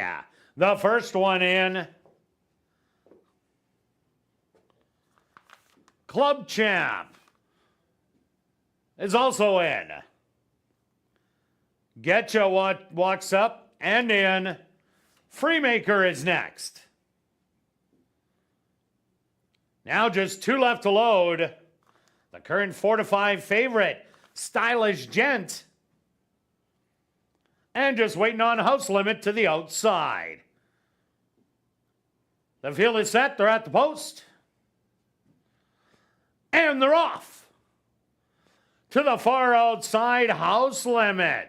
Showing some early speed, but now Stylish Gent will take over by 3/4 of a length.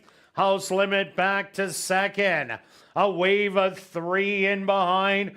That's Tis Not Hot and Dusty on the rail. Club Champ in between horses. Then Freemaker and Getch is going to be the early trailer. About 6 off the lead. Stylish Gent has the lead by a half a length with House Limit. Breathing down his neck, Tis Hot and Dusty, still on the rail as it's wide open at the head of the lane. Stylish Gent with the lead, House Limit on the outside, coming up the fence, Club Champ, Tis Hot and Dusty, Stylish Gent digging in, a late move from Freemaker in between horses, Stylish Gent, Club Champ, these two to the wire. That's a close one. It's picture time between Club Champ and Stylish Gent.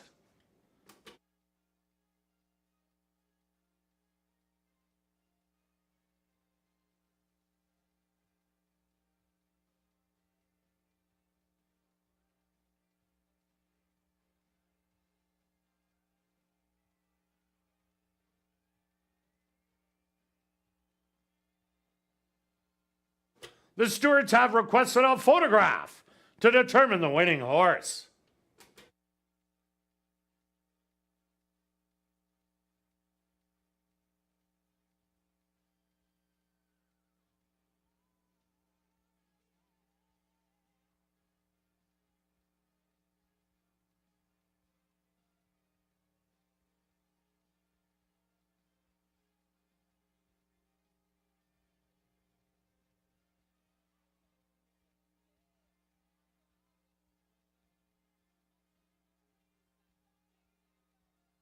Results of the photo show the winner number 5, Stylish Gent. Second goes to number 2, Club Champ. Third to number 4, Freemaker. And fourth to number 1, Hot and Dusty.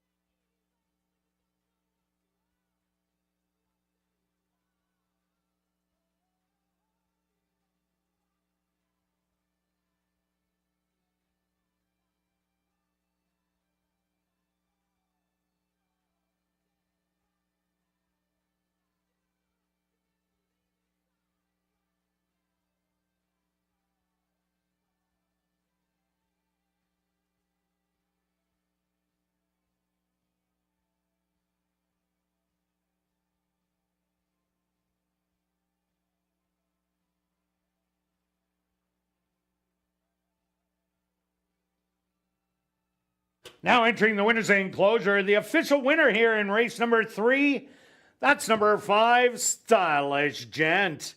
Stylish Gent is a bay gelding, 5 years old by Outwork, out of the mare Simply Stylish by Stormy Atlantic. Owned by Devin Gittins and Ron Wiley, trained by Devin Gittins, and ridden to victory by Demario Bino.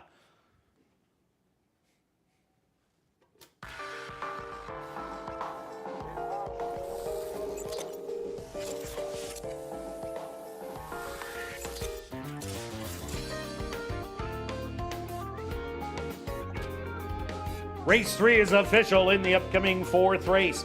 Kicking off Jackpot Pick 5 wagering. Number 2, Golden Diversion.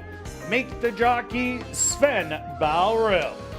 And scratch number 4, Shiver.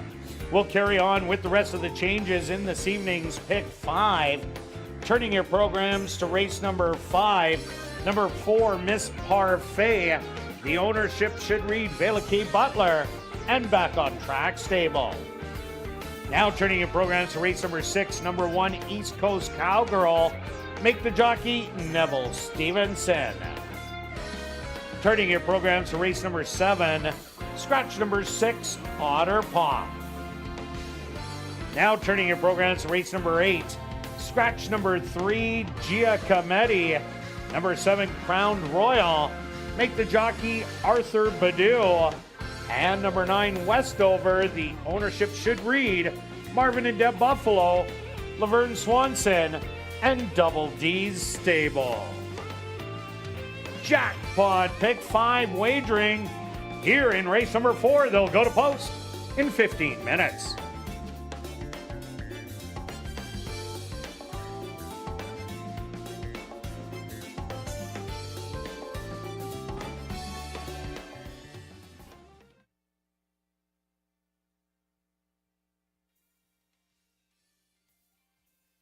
And ladies and gentlemen, we've drawn our VIP Fan of the Night. Congratulations goes out to Keith Sigurdsson. That's Keith Sigurdsson. Congratulations. You're our VIP Fan of the Night. Please report to guest services on the main floor, South End.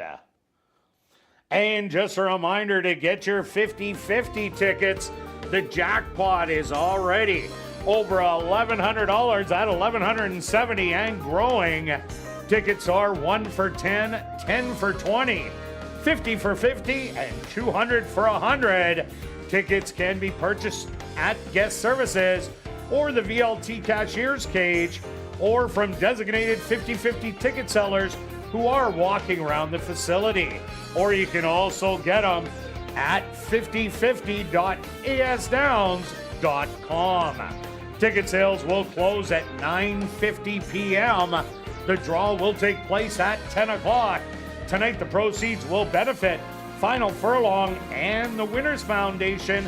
And please take note that you do not have to be in attendance to claim your prize. You can just check our website at asdowns.com for the winning number. Also, be sure to check out our 140 VLTs in our spacious Club West Gaming Lounge, located on the second level of the grandstand. They're open all day, every day from 10 a.m. to 1 a.m. Starting Monday, June the 3rd, we will be drawing for $500 cash each race night in the VLT Lounge following Crazy Hour.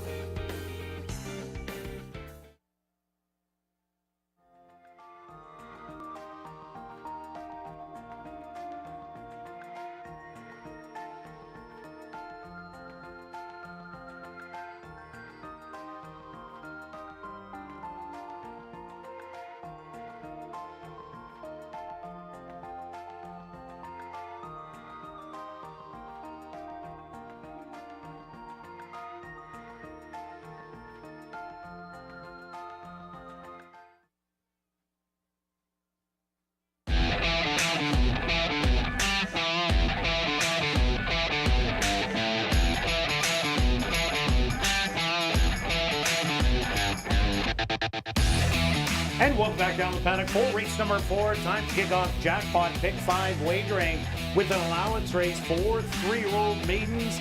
They're going to go 5 furlongs. Scratch number 4, Shiver, who was a late scratch. So some of you who did bet your early pick 5s, you can still change your ticket on that to include maybe another horse. But if you leave it as is, you will get the favorite at post time.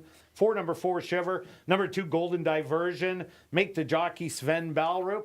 Quick look back at race number 3, Stretch. What a finish.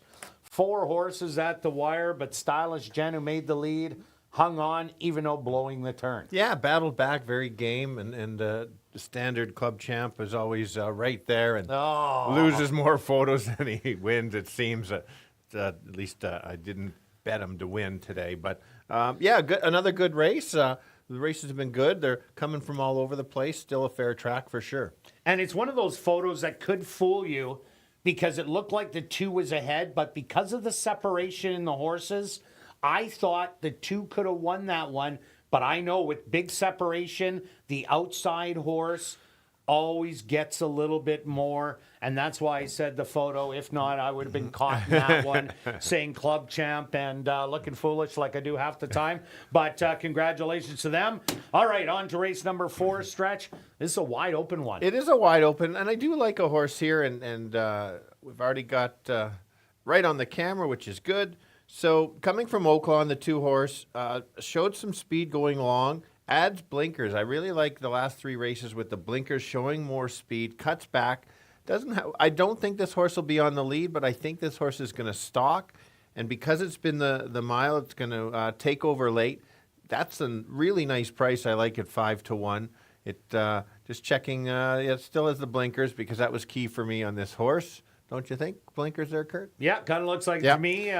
Also was running against older horses, now back against just 3-year-olds. I went to the outside, number 7, you back. This horse is coming by way of Tampa. First 2 starts for $16,000 against straight 3-year-olds. Wasn't that great, but they put the blinkers on last time, ran against the older horses, dropped a notch, and this horse ran really well. Only ran 5th, beaten 5 3/4. Only beat 1 horse in there, but was competitive in a really good time, 1:11 and change. We seen Marvin Buffalo bring another Tampa horse yesterday, and that horse got the job done. Au Pair at a short price. I'm looking at a bigger price today, and I'm going to take all of that 8-1. For sure. Let's go to the 3, the co-favorite. This horse has had a lot of tries, but can show speed. I've made notes that this horse is better when the horse gets the lead. I think he can get the lead and kind of keep going, and could get away on the fields. Okay, one of the first-time starters. I'll start with the 6. The dad won 7 of 9 races, $700,000. The mom won 1 out of 4 starts. Lots of siblings. There's 11 brothers and sisters. I'm just going to say a couple of them in here. A 6-time winner of $300,000 plus, another 13-time winner of $350,000, and a 3-time winner of $200,000. That one was a rocket. Which one are we going to get? I don't know, but I like Devin Gittins with young horses. For sure, and the 2 they're getting some action. Yeah, some on play. the 5, Double Karuba here, another first-time starter. The dad, 2nd in the Kentucky Derby to American Pharoah. The mom, 3 wins, $40,000. Has 6 brothers and sisters. 3 of them didn't start. The other one, 1-1, 1-1, and 1-3. But Mike Nault, very good with firsters. For sure. My third selection is the 1 along the rail. Cuts back, showing speed. Won't be showing speed this time. Should get a dream trip. Coming from Golden Gate, always a tough track. Or coming an invader from there, they do very well. All right, let's go to our wagers here in race number 4. Jackpot pick 5 time. Stretch even an add-on. Yes, for sure. Look at the price, $28.80. And this is sometimes a good time to get in on the jackpot. It went yesterday. Congratulations to the winner that got over $13,000. I've got 20 to win on my 2, the long shot, and then I've played it with the 1, 2, and 3 in here, with 1, 2, 5, singling the 4, with a bunch in the last 2 legs. Total ticket, $28.80. And myself, I took 2, 6, 7 in here. I singled the 5 horse. Then I took 4, 5, 9. Then 1, 4, 5, 7, rounded it out with 1, 4, 5, and 10. Also, $28.80. Good luck with all your wagers here in race 4, and we'll see you back for race 5.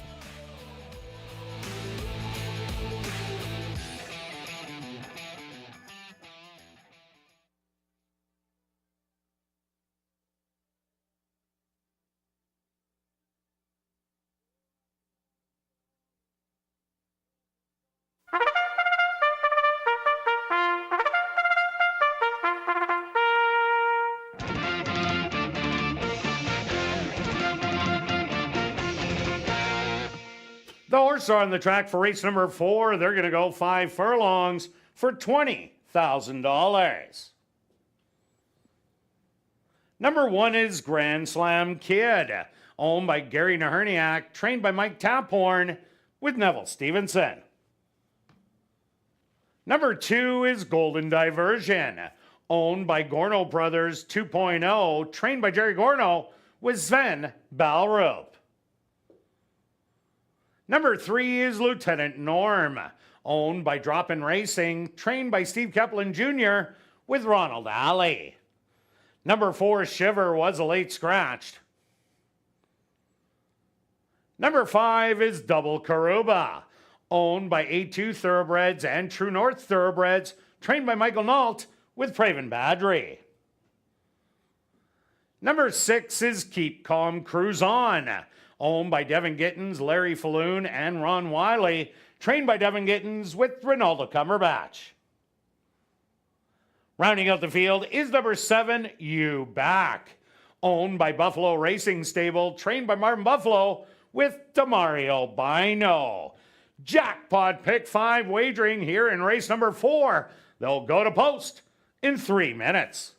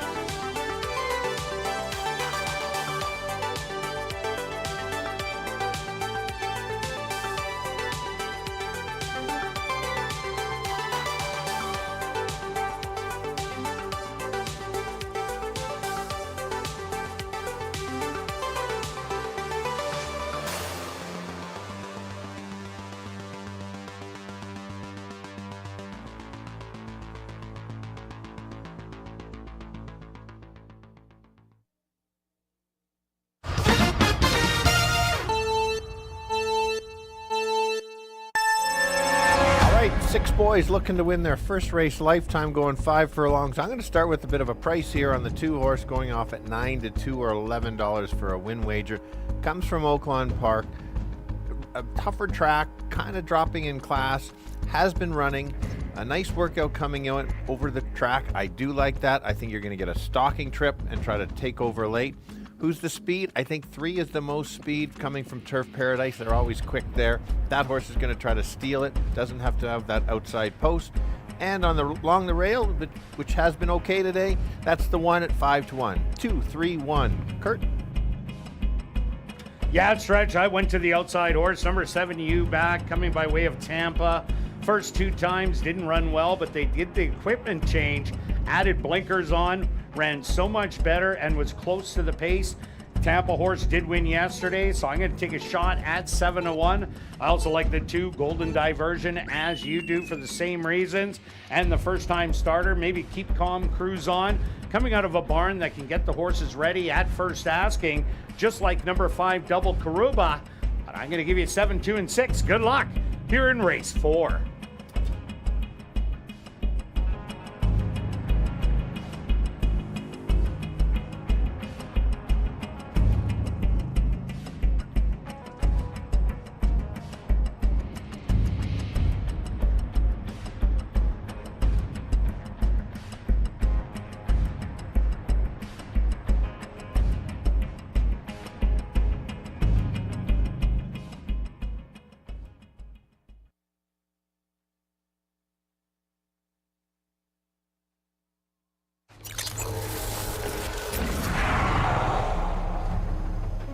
It's now 2 minutes to post time at ASD.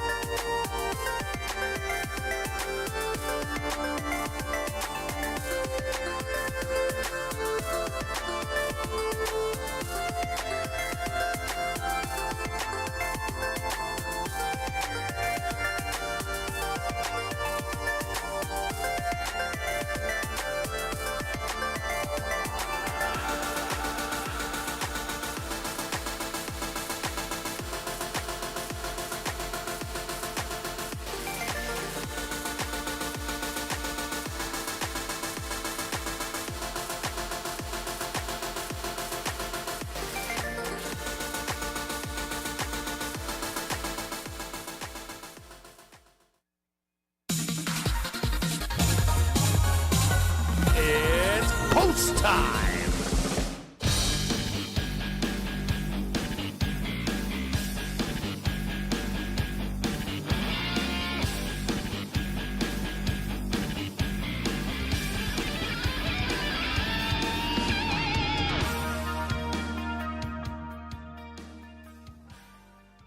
Grand Slam Kid and Golden Diversion in the starting gate. Lieutenant Norm now steps up and in. One of the first-time starters, Double Karuba, will be next.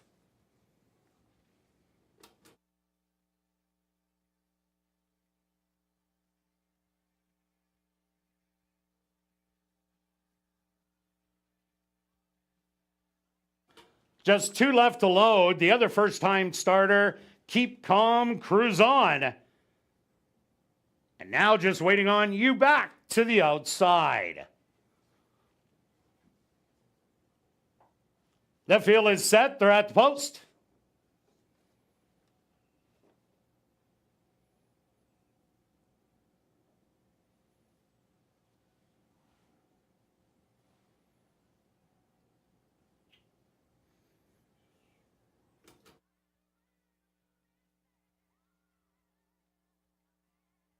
And they're off. From the middle of the track, Lieutenant Norm shows a little bit of early speed. Double Karuba now takes over as the leader. You back in second. Settled back in third, Lieutenant Norm. Keep Calm, Cruise On. Cruising up 3-4 wide to the outside to engage the leaders. 4 lengths back to Grand Slam Kid and Golden Diversion. The opening quarter, 23-4. Keep Calm, Cruise On is cruising now and grabs the lead. Double Karuba back to second. Lieutenant Norm in third. They hit the head of the lane. Keep Calm, Cruise On, absolutely cruising up by 4. Lieutenant Norm more to offer late. Eating into ground, a 16th of a mile to go, and Lieutenant Norm has all the run late, and Lieutenant Norm is going to win by 2. Keep Calm, Cruise On in second, third to Golden Diversion.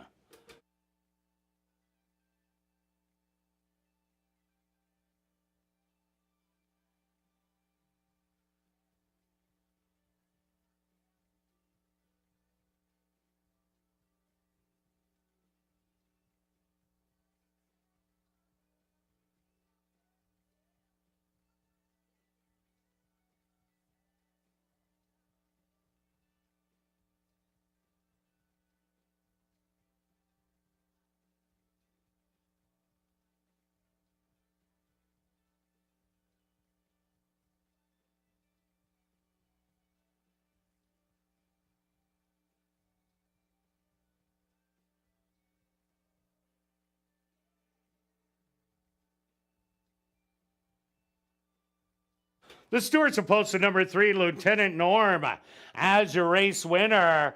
Second goes to number 6, Keep Calm, Cruise On. Third to number 2, Golden Diversion. A photograph has been called to determine the 4th place finisher. They went the opening quarter 23-4, the half 47-3. Time for the 5 furlongs, 1 minute and 2/5.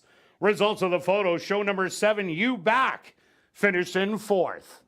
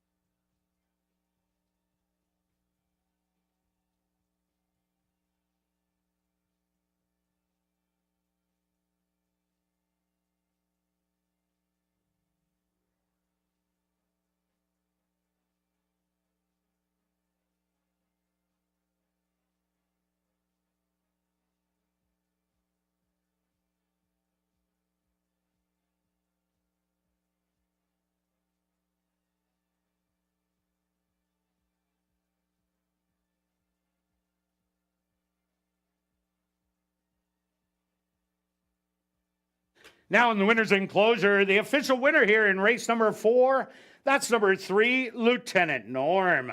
Lieutenant Norm is a big gelding, 3 years old, by City of Light, out of the mare Annadale by Spies Town. Owned by Drop-In Racing, trained by Steve Kaplan Jr., and ridden to victory by Ronald Alley. Time for the 5 furlongs, 1 minute and 2/5.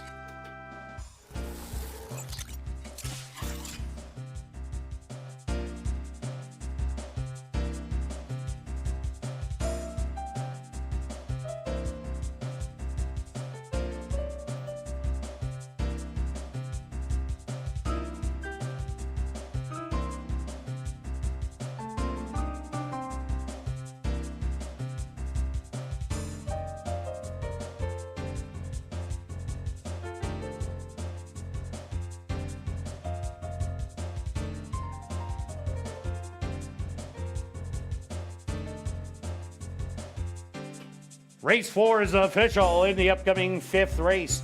Number 4, Miss Parfait. The ownership should read Vela K. Butler and Back on Track Stables. Our VIP fan of the night race, kicking off $25,000 guaranteed pick 4 wagering. They'll go to post in 16 minutes.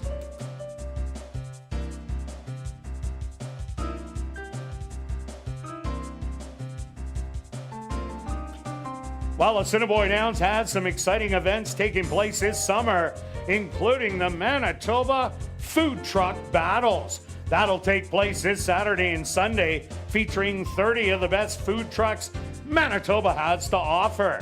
There's going to be beer gardens, live entertainment, and kids' activities. Tickets are just $5.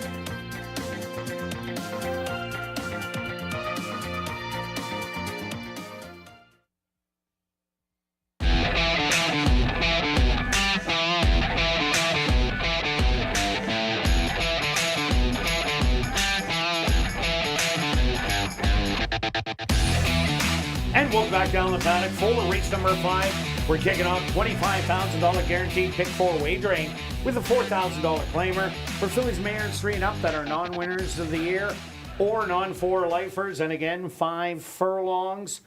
Stretch, quick look back at race number 4. Well, Lieutenant Norm, very well meant, sat behind the early speed, took advantage of the rail, but Keep On Cruise On. Wow, what a big race that horse ran to run second. Yeah, for sure. Stable notes. Unfortunately, he's going to run second, and you're going to not get a price. You're not getting $18 the next time and run. Next time, no. No, I don't think so. So yeah, that's unfortunate. You had a good selection and just couldn't get paid. I'm alive in the pick 5, by the way. Well, why, do you have all? No, you had 1, 2, 3. 1, 2, 3. I'm alive in the pick 3 at least. I got something going. All right. All right, on to race number 5, Stretch. Who do you got? Okay. It's pick 4 time. You see 25,000. Ignore that. That's going to go way over, get over 50. Yesterday, 2,400. Neither of us had it. No. They're already at 23,000 in the pool. No kidding. All right, let's go in the 5. Both of our top selections here. Many reasons.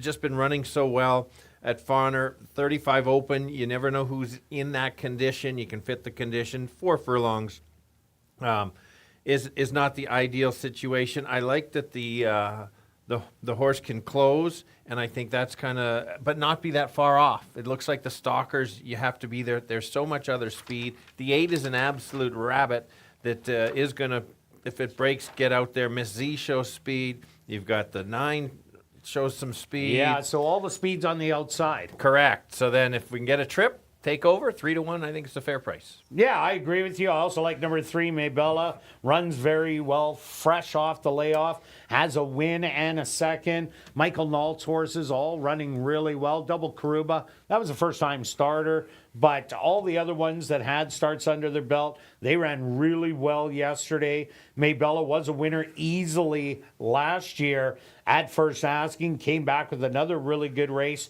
against wide-open non-3 lifers. So I'm thinking Maybella is another stalker in here and going to get a dream trip behind that speed.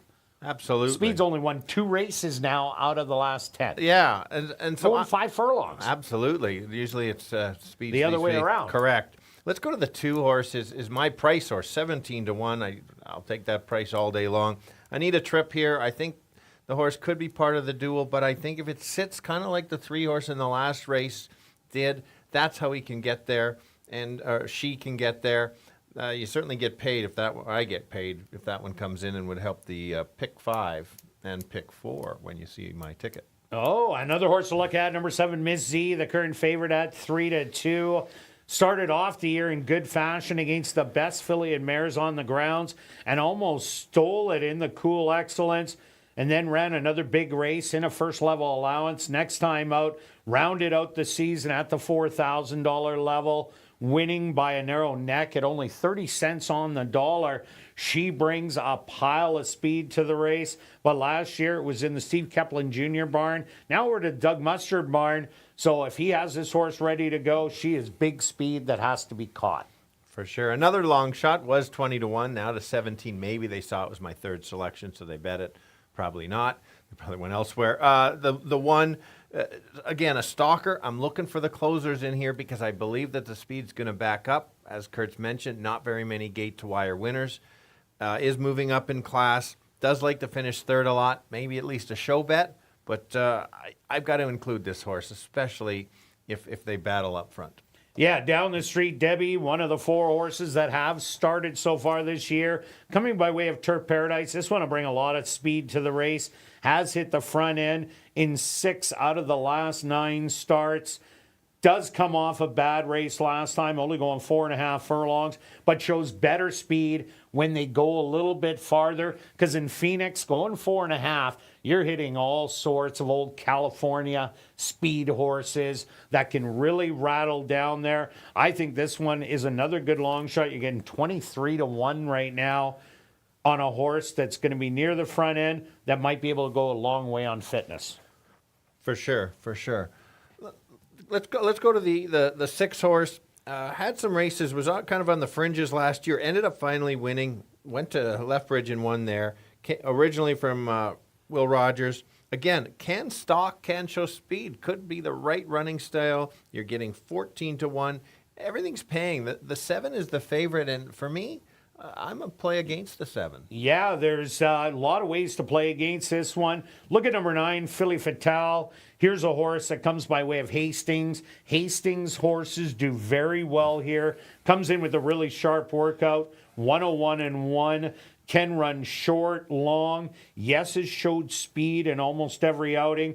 But from that outside post position, I don't know if the running gun is what they want to do. I think this horse might just try and sit close and maybe do what Lieutenant Norm did in the last race, be close and come running at the end. For sure. And Miss Parfait, we both cashed a couple of years ago on this horse multiple times. Didn't win last year, but is a deep closer, maybe up against it a little bit to win it. But again, one of those that could get a piece of the try or the super. 5 furlong work from the gates is ready to go. So almost the longest shot on the board. Something to consider on the bottom of the exotics. All right, let's go to our wagers here in race 5. Pick 4 times stretch.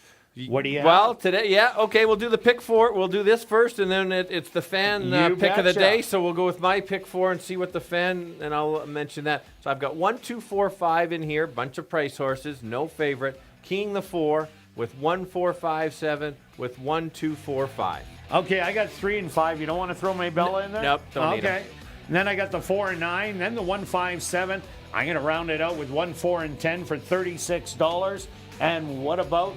All right, so Mike from Phoenix has selected the 3. Oh, Phoenix. Love Phoenix. Yes, it's a great track. How we doing, Mike? All right, so he's the horse that I did not add. Oh. And his reason is He's a smart guy. Maybella. Horse is gonna be up front early, and made a great note that off a long layoff won the first start last year. So let's see if Mike beats us on this race. Either way, Well, he won't beat me because I'm with Mike. all right. This is just me against you two. Anyway, congrats, Mike. You win either way with a hat from us. So good luck. All right, good luck with all your wagers here in race 5, and we'll see you back for race 6.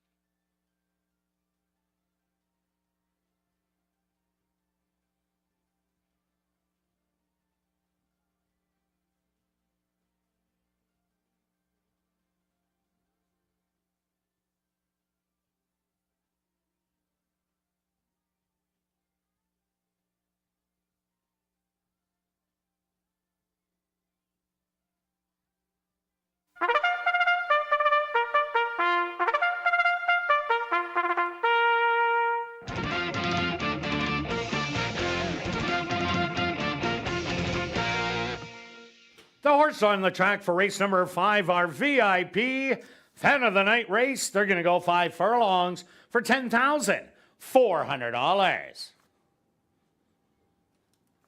Number 1 is She's My Priority, owned by Henry Wood Jr., trained by Jerry Gorno, with Ronaldo Cumberbatch. Number 2 is Runaway A-Train, owned by Henry Wood Jr., trained by Jerry Gorno, with Arthur Badu. Number 3 is Maybella, owned by A2 Thoroughbreds, trained by Michael Nault, with Rashad Knights. Number 4 is Miss Parfait, owned by Vela K. Butler and Back on Track Stables, trained by Jennifer Jordan, with Javaniel Patterson. Number 5 is Georgiano, owned by Drop-In Racing, James Keplin and Parker Wallette, trained by Steve Keplin Jr., with Praven Badri. Number 6 is Moaritha, owned by Kenneth Gardepy, trained by Tom Gardepy Jr., with Ronald Alley. Number 7 is Miss Z, owned by Doug Mustard and trained with jockey Tim Tarasenko. Number 8 is Down the Street Debbie, owned by Linda Idell, trained by Carlos Moreno with Dane Dawkins. Rounding out the field is number 9, Philly Fatale, owned by Wind Dancer Stable, trained by Winnie Anderson with Antonio Whitehall. Our VIP Fan of the Night race here in race number 5, kick it off, $25,000 guaranteed pick 4 wagering. They'll go to post in approximately 3 minutes.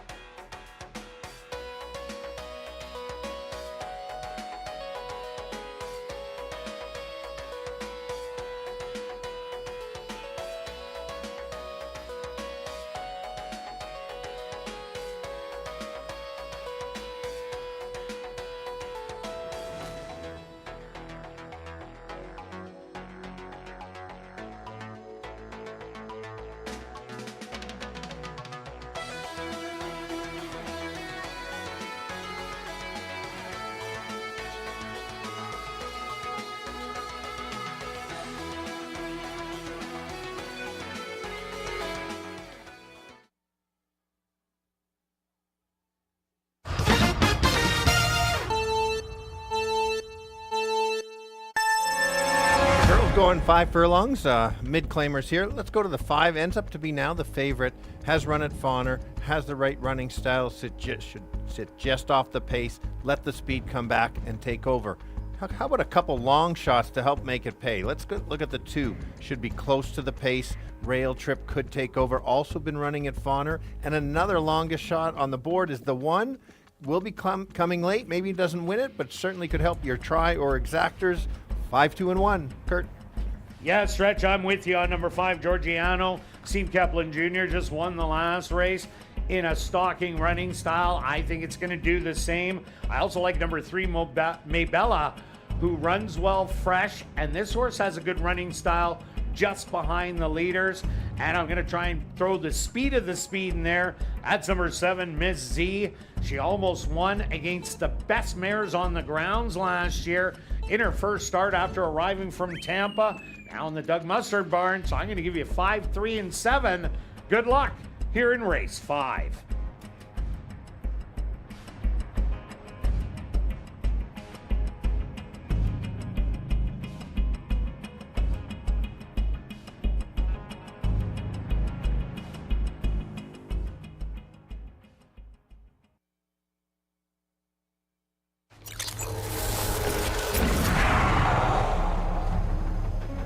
It's now 2 minutes to post time at ASD.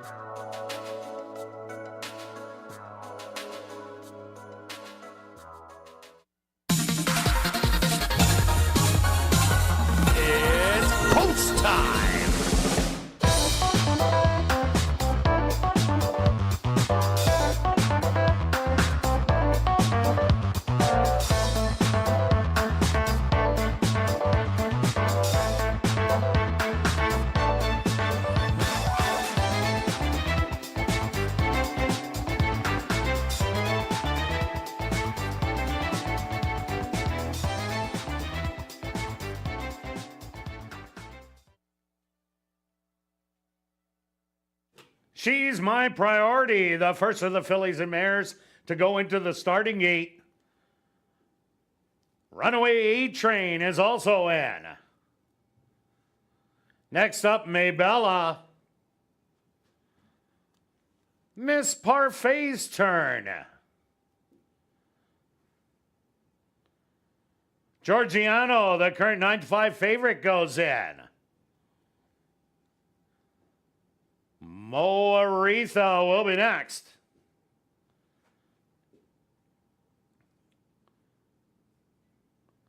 Miss Z walks up and in.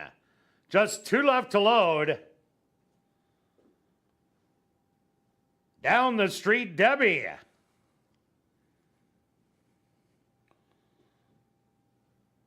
And just waiting on Philly Fatale to the outside. They're all set. They're at the post.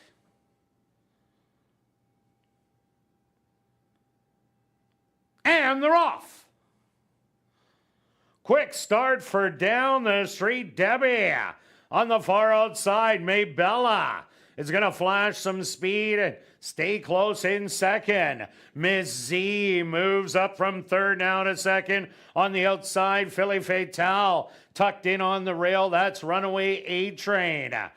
Moritha makes a move with Georgiano. Your early trailer, She's My Priority, and Miss Parfait, the opening quarter, 24 seconds. And Miss Z now takes over as the leader as they hit the head of the lane. To the outside, Philly Fatale driving up the inside, Down the street, Debbie still has some life. Georgiano has lots of work to do. Splitting horses, Maybella light. It's Miss Z and Down the street, Debbie. These two to the wire, nose and nose. Looks like Miss Z got it. Down the street, Debbie in second.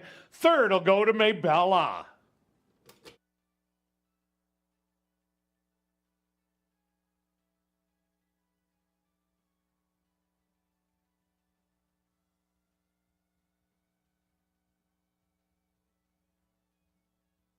The stewards have requested a photograph to determine the winning horse. They went the opening quarter 24 seconds, the half 48 seconds. Time for the 5 furlongs, 101.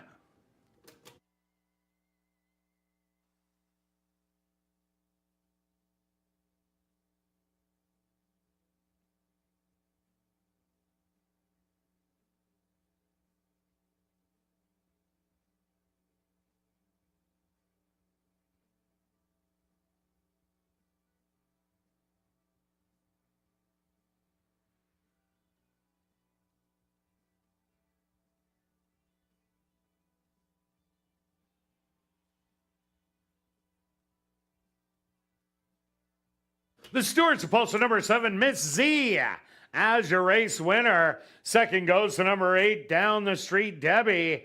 Third to number 3, Maybella. And fourth to number 5, Georgiano.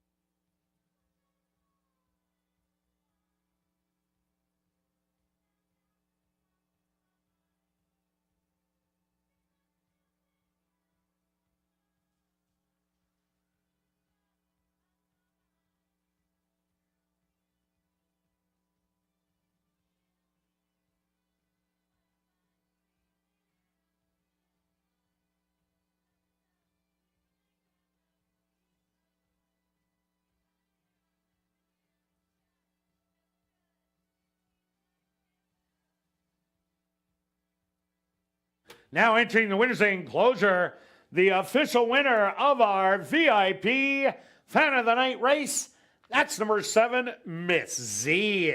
Miss Z is a dark Bear Brown mare, 5 years old, by Mr. Z. Under the mare, Misty Michelle, by K1 King.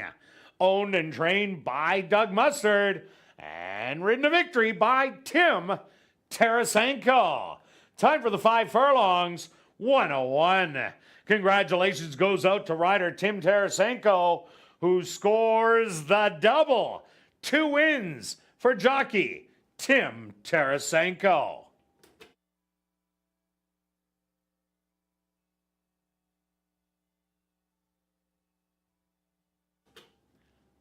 Race 5 is official in the upcoming 6th race.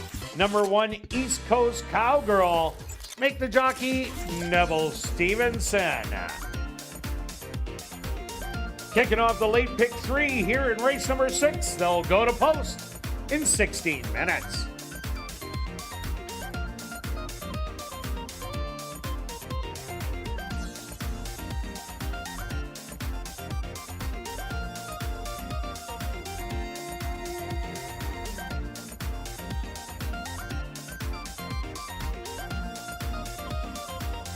And you better hurry to get your 50-50 tickets. The jackpot is currently over $1,850 and still growing, but you're running out of time. Tickets are 1 for $10, 10 for $20, 50 for $50, or 200 for $100. Tickets can be purchased at guest services or at the VLT cashier's cage on the 2nd level, or from any of the designated 50-50 ticket sellers who are walking around the facility, or you can go to 5050.asdowns.com. Ticket sales will close at 9:50, which is 10 minutes away, so get your tickets now.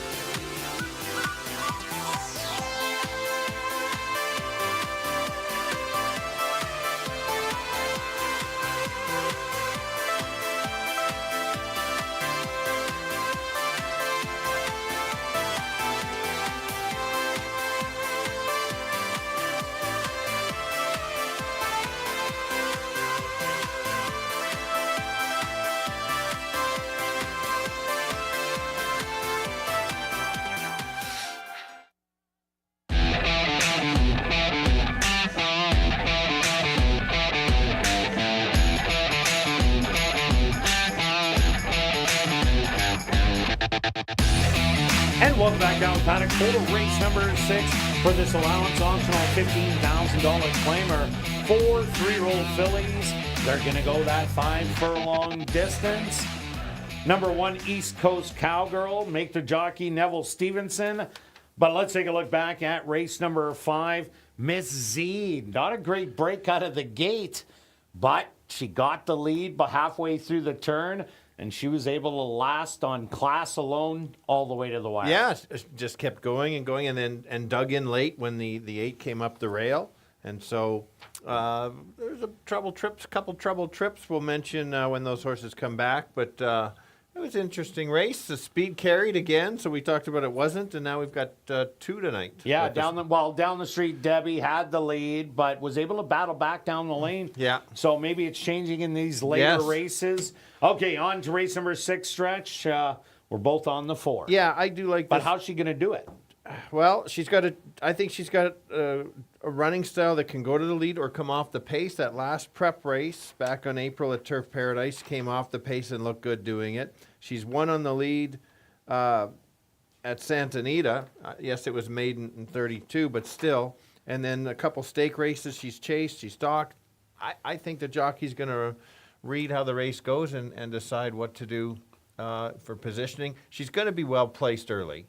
And I just think the class and that prep race sets her up for a solid effort in here. Yeah, I don't see a pile of speed in here, so I'm expecting her to be right there early on. Another horse I do like in here, number 5, Dynamic Strike. This horse comes by way of Woodbine. So far early on, the Woodbine horses haven't been getting the wins, but they've been knocking on the door. 2 nice workouts coming in, 5 furlongs. This one's 2-year-old campaign. Ran against the girls until the last 2 races and ran big against the boys. 2nd beaten a neck and then 3rd beaten 6 lengths. Attracted a claim out of that race for $25,000. Comes back in the Wendy Anderson barn. She had a win earlier today but was disqualified. So Dynamic Strike, definitely this one at 4-1.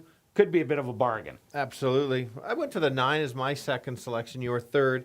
Biggest thing there is it has been racing, a bunch of starts in 2024. Very competitive, very nice last race. Showed the closing kick.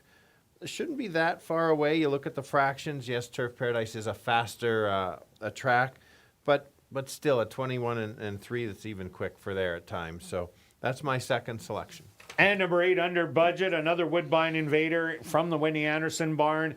This one was purchased $15,000 after it won its race going 7 furlongs. This one really doesn't have a lot of early speed. Will be probably mid-pack in here with a little bit of a closing kick, but on form, the 5 outshines the 8. For sure. Let's go to the 1. Shocking that this horse is at 15-1.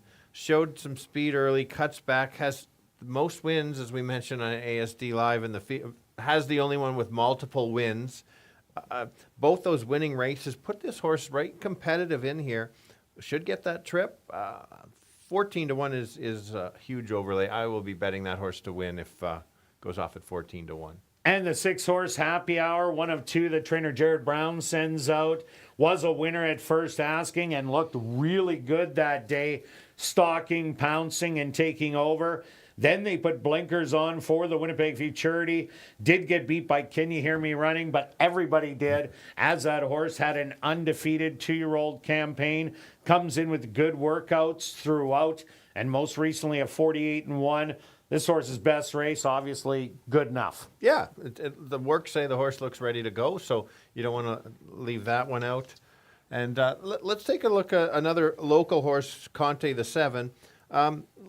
Mixed success, was in the stake races, has lost to Happy Hour, but we've talked about going from 2 years old to 3. Could improve drastically, could regress, but I think just the steady work say the horse is rounding into form. And the 3-horse Cavour, first time out, lifetime, made a little bit of a belated rally, but had a really good gallop out. We really liked this horse when it took the drop to 1,500, ran against the boys and went to the front and wired the field, got Lasix that day. Maybe that's the key, and we'll see if this horse, going from 2 to 3, improves off that coming out of a good barn. Yeah, should Should. And the last one at Fauna, who has the most win or most races this year, Show Speed. We have seen some speed doing well. Probably has to improve, but it is winter race, so certainly could be in the mix. Yeah, there's only 4 with winter racing. All right, let's go to our wagers here in race number 6, Stretch. What do you got? All right, I've got a $30 win on the 4 because it is the play. I try to adjust that. And then a $5 exact wheel 4 with 1-9. Well, I'm glad you got my horses in there because I'm going after the tractor. 4 with 159, 159. If you want to do it for $1, $6. I'm doing a $5 one for 30. Good luck with all your wagers here in race 6. And we'll see you back for race 7. Classic high five wagering with a carryover of over $3,400.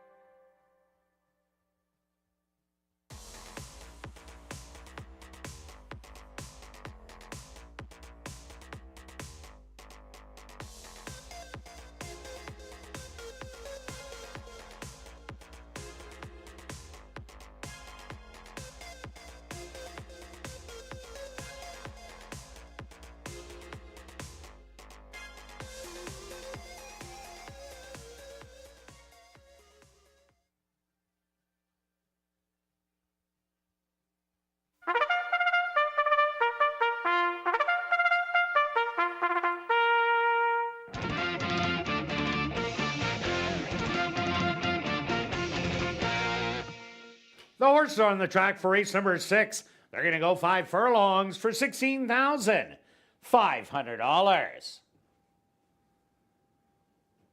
Number 1 is East Coast Cowgirl, owned by Henry Witt Jr., trained by Jerry Gorno, with Neville Stevenson. Number 2 is Mary Who, owned by Mike Powers, trained by Jerry Gorno, with Sven Balrup. Number 3 is Cavor, owned by A2 Thoroughbreds and True North Thoroughbreds, trained by Michael Nault, with Praven Badri. Number 4, She's My Niece, owned by Kane Couture and Sharon Uhl, trained by Jared Brown, with Dane Dawkins. Number 5 is Dynamic Strike, owned by Bill Meikle and Wind Dancer Stable, trained by Wendy Anderson, with Rashad Knights. Number 6 is Happy Hour, owned by Railside Stable, trained by Jared Brown, with Antonio Whitehall. Number 7 is Conti, owned by Arneson Farms and Oslin Bell, trained by Lise Pruitt with Ronaldo Cumberbatch. Number 8 is Under Budget, owned by Norm Suderman and Wendy Anderson, trained by Wendy Anderson with Demario Bino.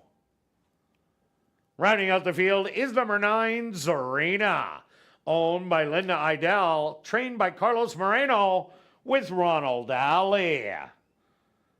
Post time for race number 6, approximately 3 minutes away.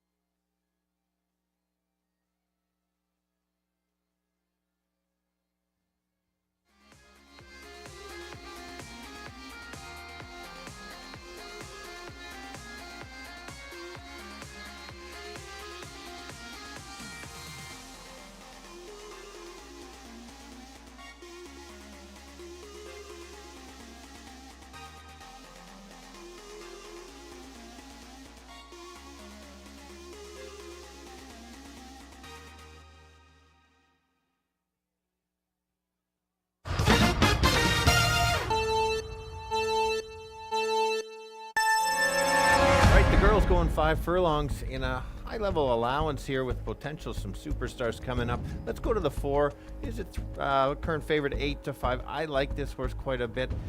Racing down south at Santa Anita and Turf Paradise. Can go to the lead, can sit just off. I think should get the nice trip and take over late and just show the class. Others to look at, the outside horse, the 9. Again, one of those racing down south at Turf Paradise. Closes late, and a bit of a price horse is the 1. Should get a rail trip after cutting back from a mile. Get up late to help make it pay. Let's go 4, 9, and 1. Kirt?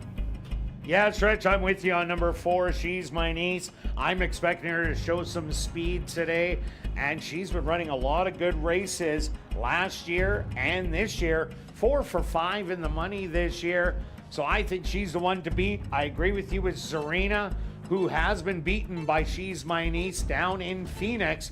But I'm also throwing in number 5, Dynamic Strike, coming by way of Woodbine.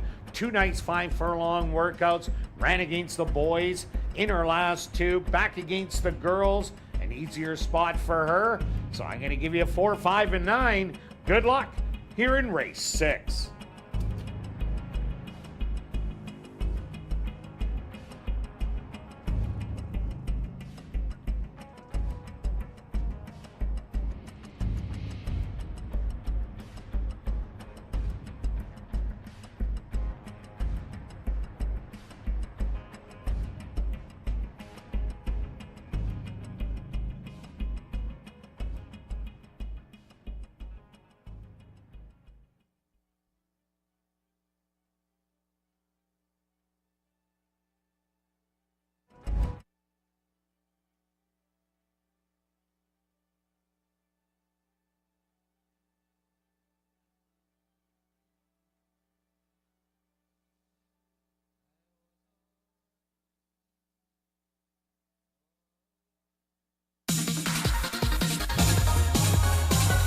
It's post time.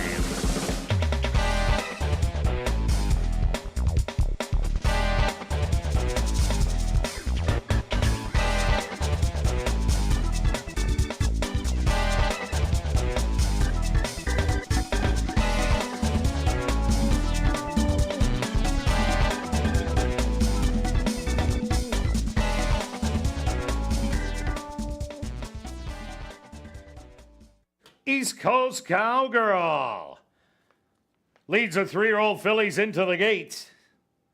Mary Who steps in. Cavor, she's now in. The 3-2 favorite, She's My Niece. She's in. Dynamic Strike's turn.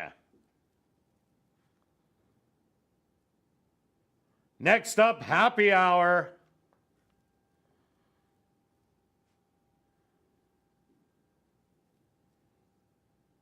Conti walks right in. Now just 2 left to load. Under budget.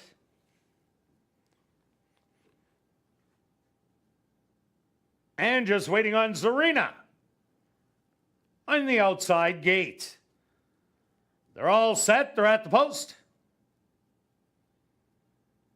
And they're off. In the middle of the track, Conte shows some early speed, but is matched on the inside by Mary Who, and She's My Niece. Those two are going to battle it out early. 3 wide is going to be Conte. Then it's Happy Hour in 4th. Zarina to the outside making a move.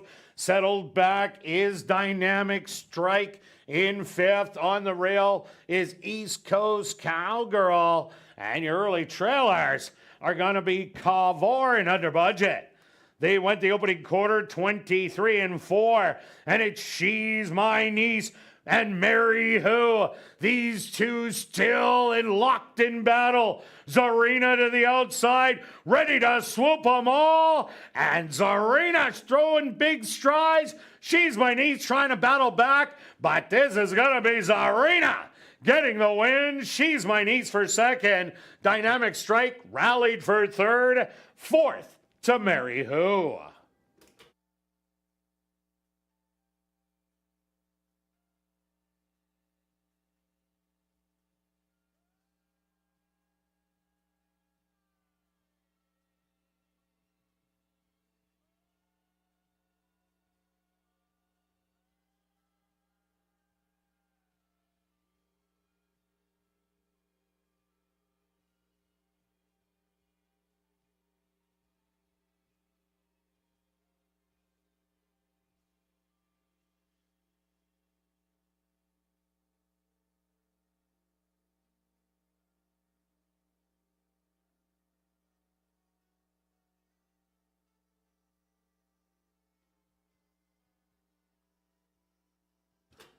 The Stewart's opposed to number 9, Zarina, as your race winner. 2nd goes to number 4, She's My Niece. 3rd to number 5, Dynamic Strike. And 4th to number 2, Mary Who. They went the opening quarter 23-4, the half 47-4. Time for the 5 furlongs, 1 minute and 2/5.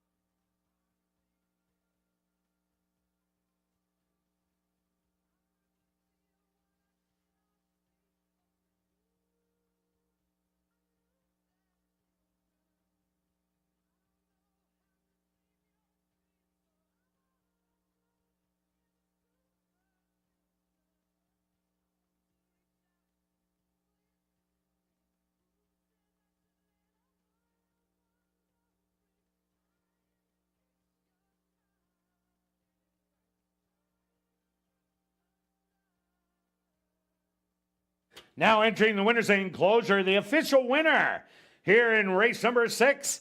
That's number 9, Zarina.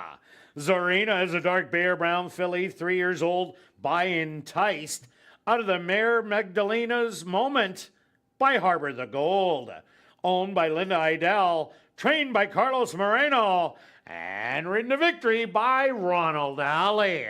Time for the 5 furlongs, 1 minute and 2/5.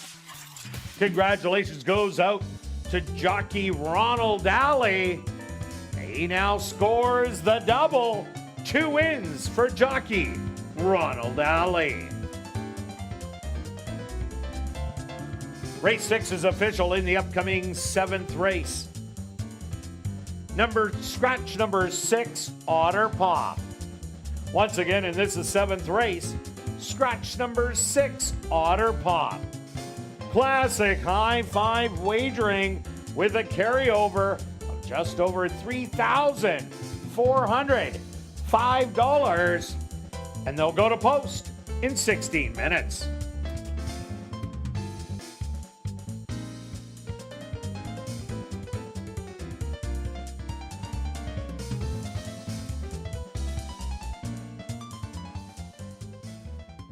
And ladies and gentlemen, in our 50-50 draw this evening, we have drawn our winning ticket. It's series number A, number 2471796. Congratulations. You've just won $1,000, and the ticket was purchased on track. You can claim your ticket at Guest Services.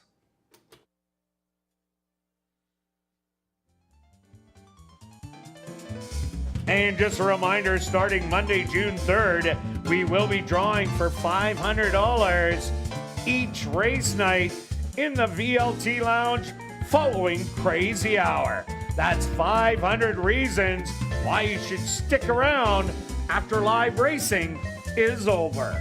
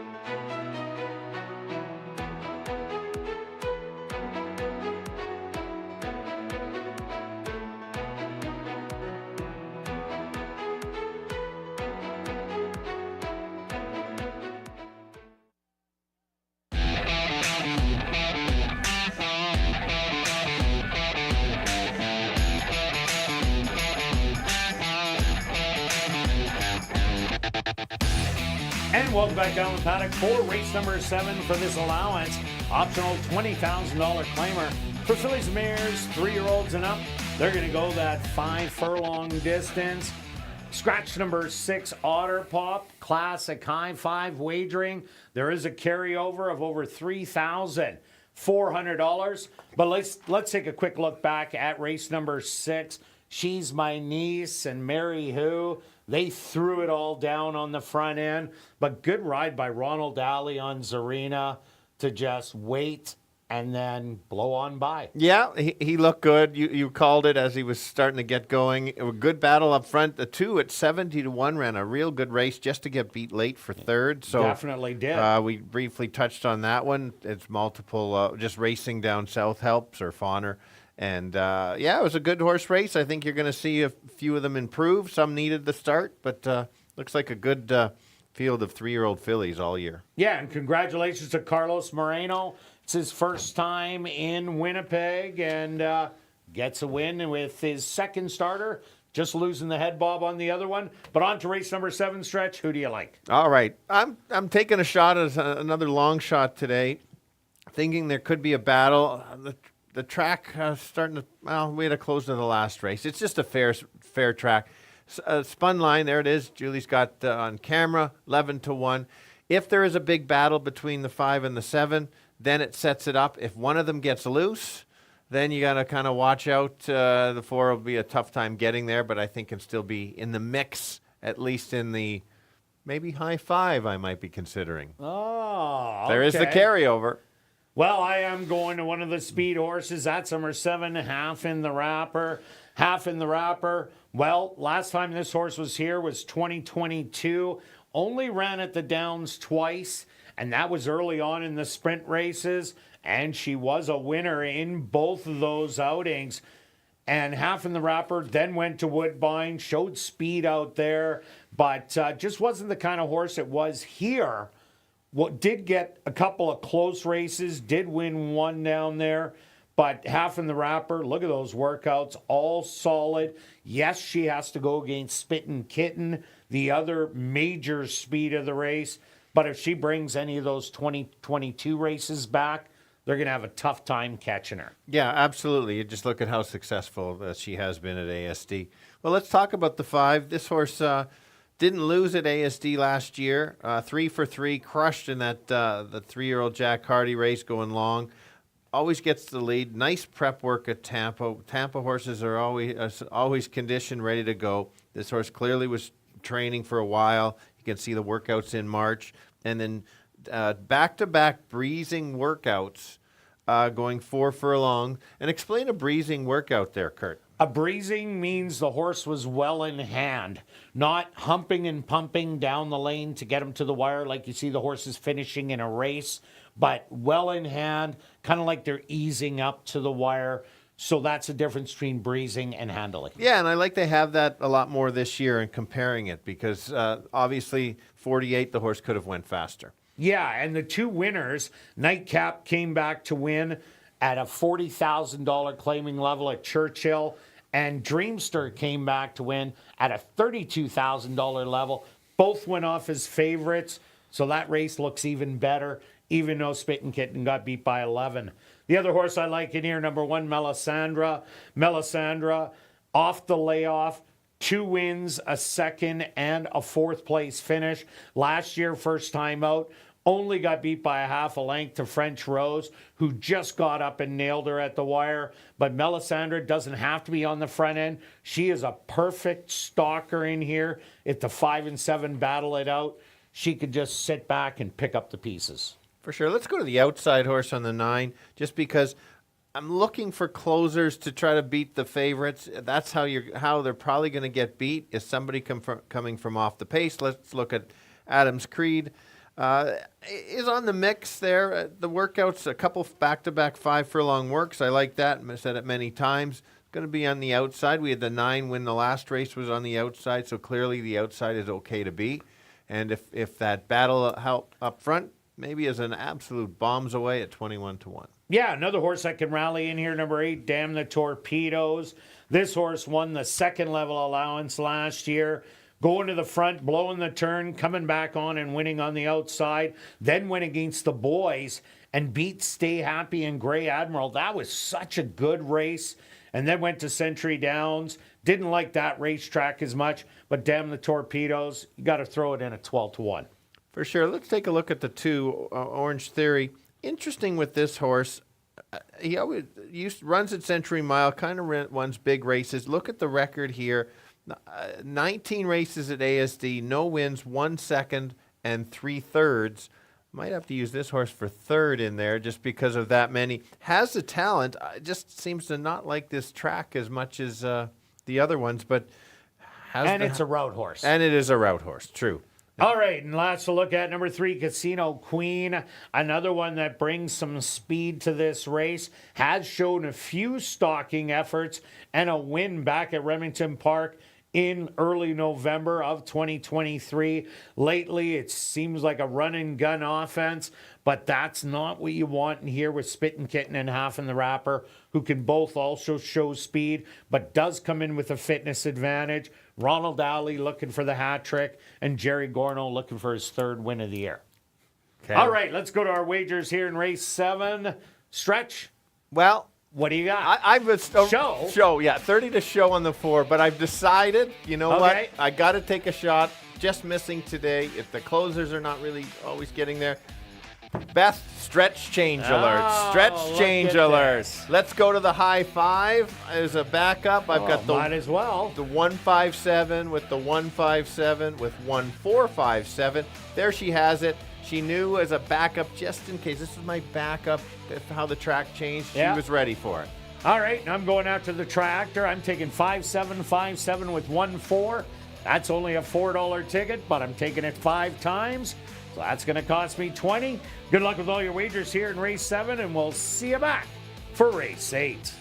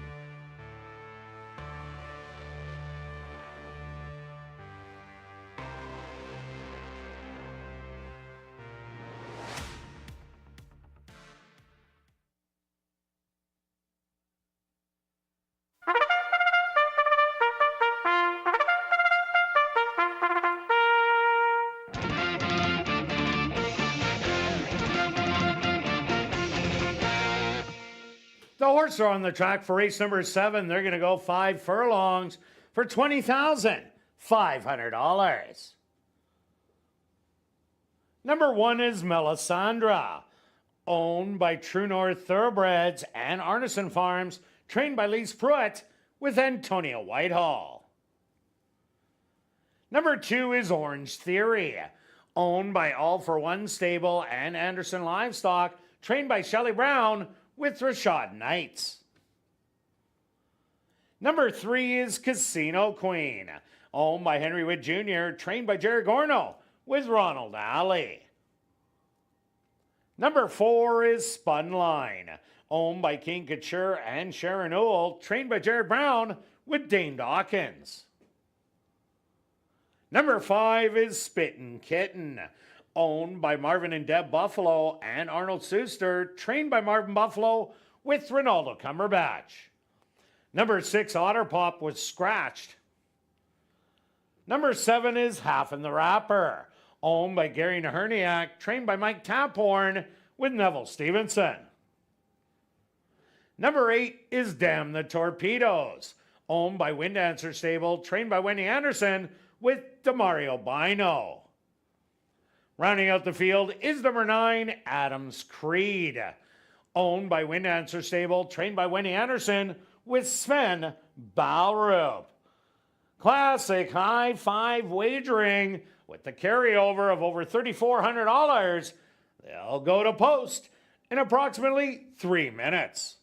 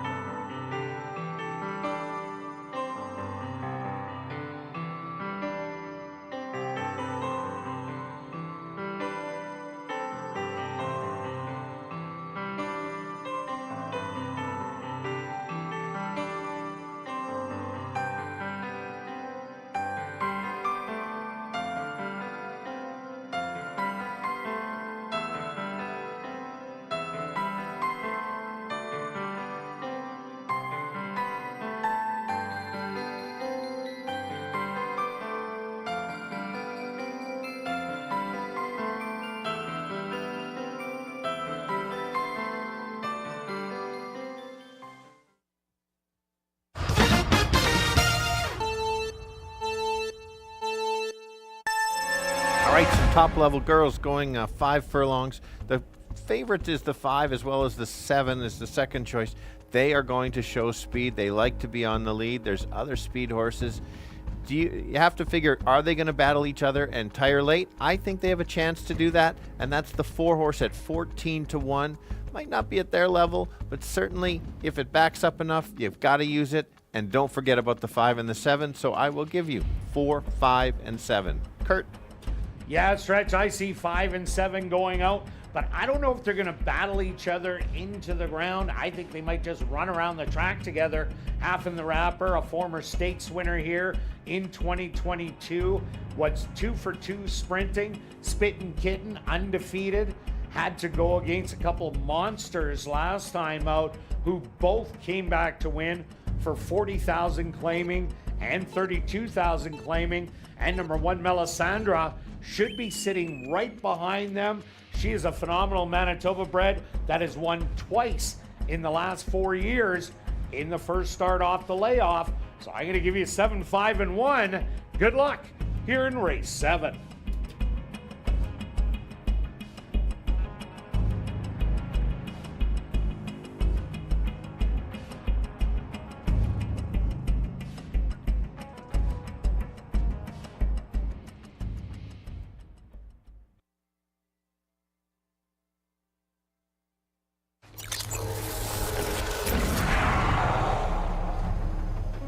It's now 2 minutes to post time at ASD.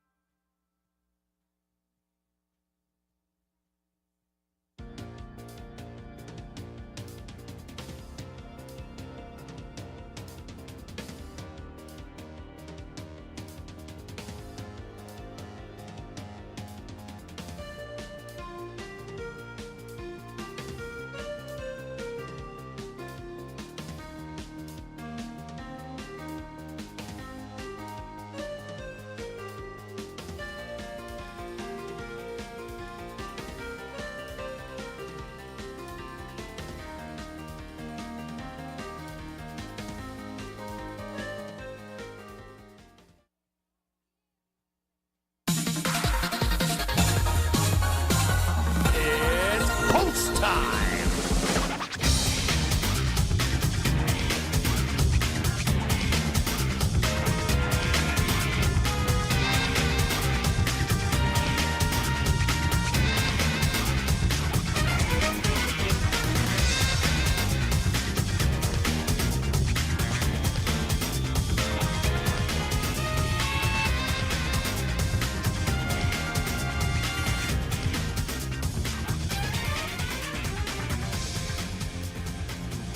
Melisandre, the first to be loaded.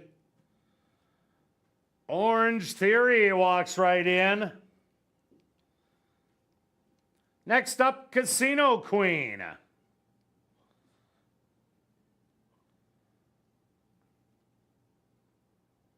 Spunline up and in. The current even money favorite, Spittin' Kitten. She's now in.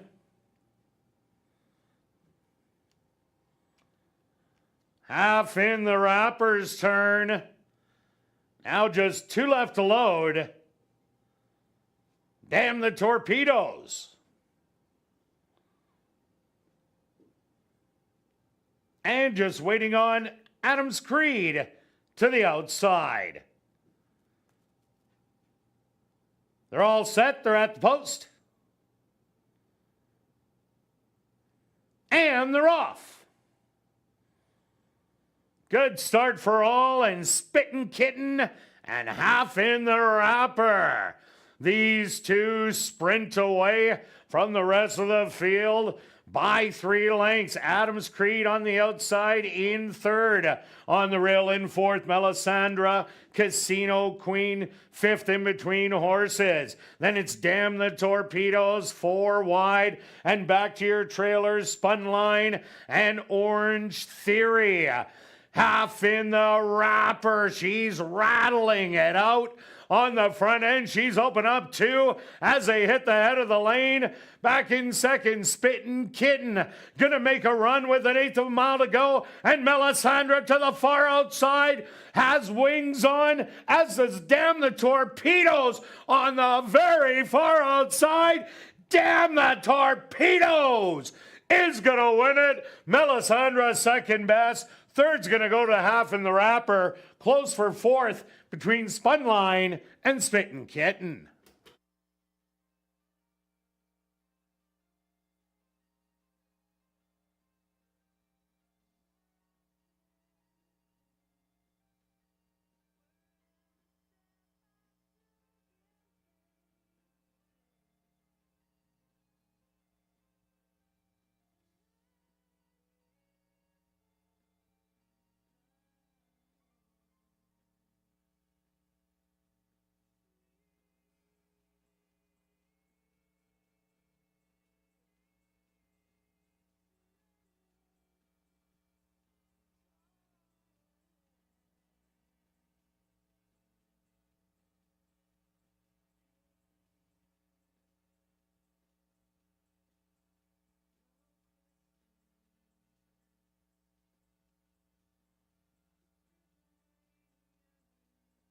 The Stewart's opposed to number 8, Damn the Torpedoes.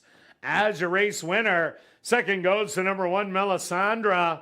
Third to number 7, half in the wrapper. A photograph has been called to determine the 4th place finisher.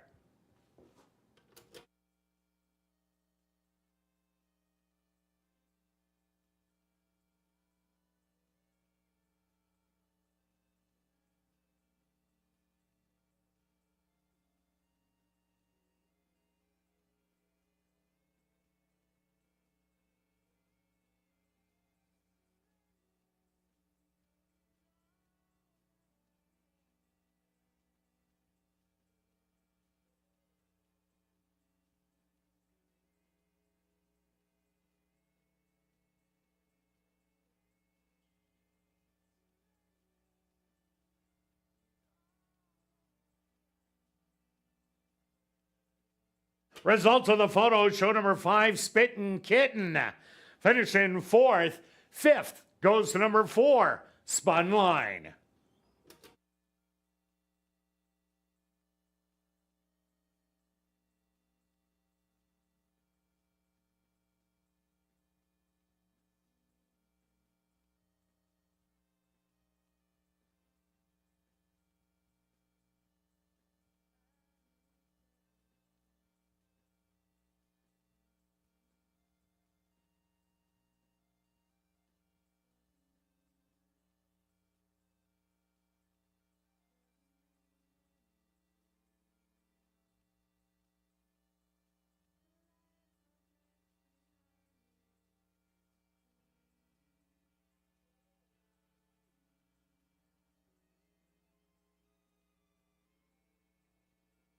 Now entering the winner's enclosure, the official winner here in race number 7, that's number 8, Damn the Torpedoes.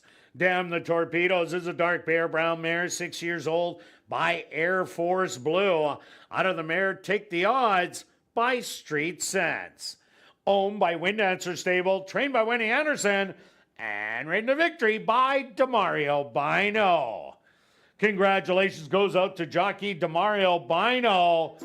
He now scores the double. 2 wins for jockey Demario Bino.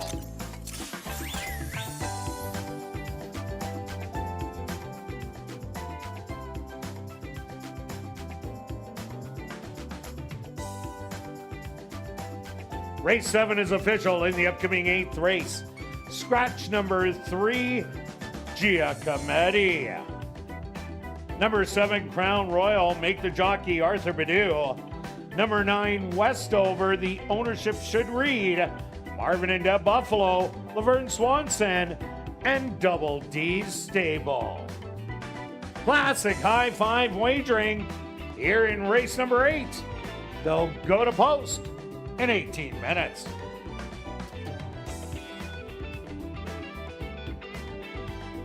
And after the final race, be sure to head up to the clubhouse where our popular Crazy Hour kicks in. Beer, wine, and shots just $5 and 25% off all appetizers. Plus 140 VLTs ready for action until 1 a.m.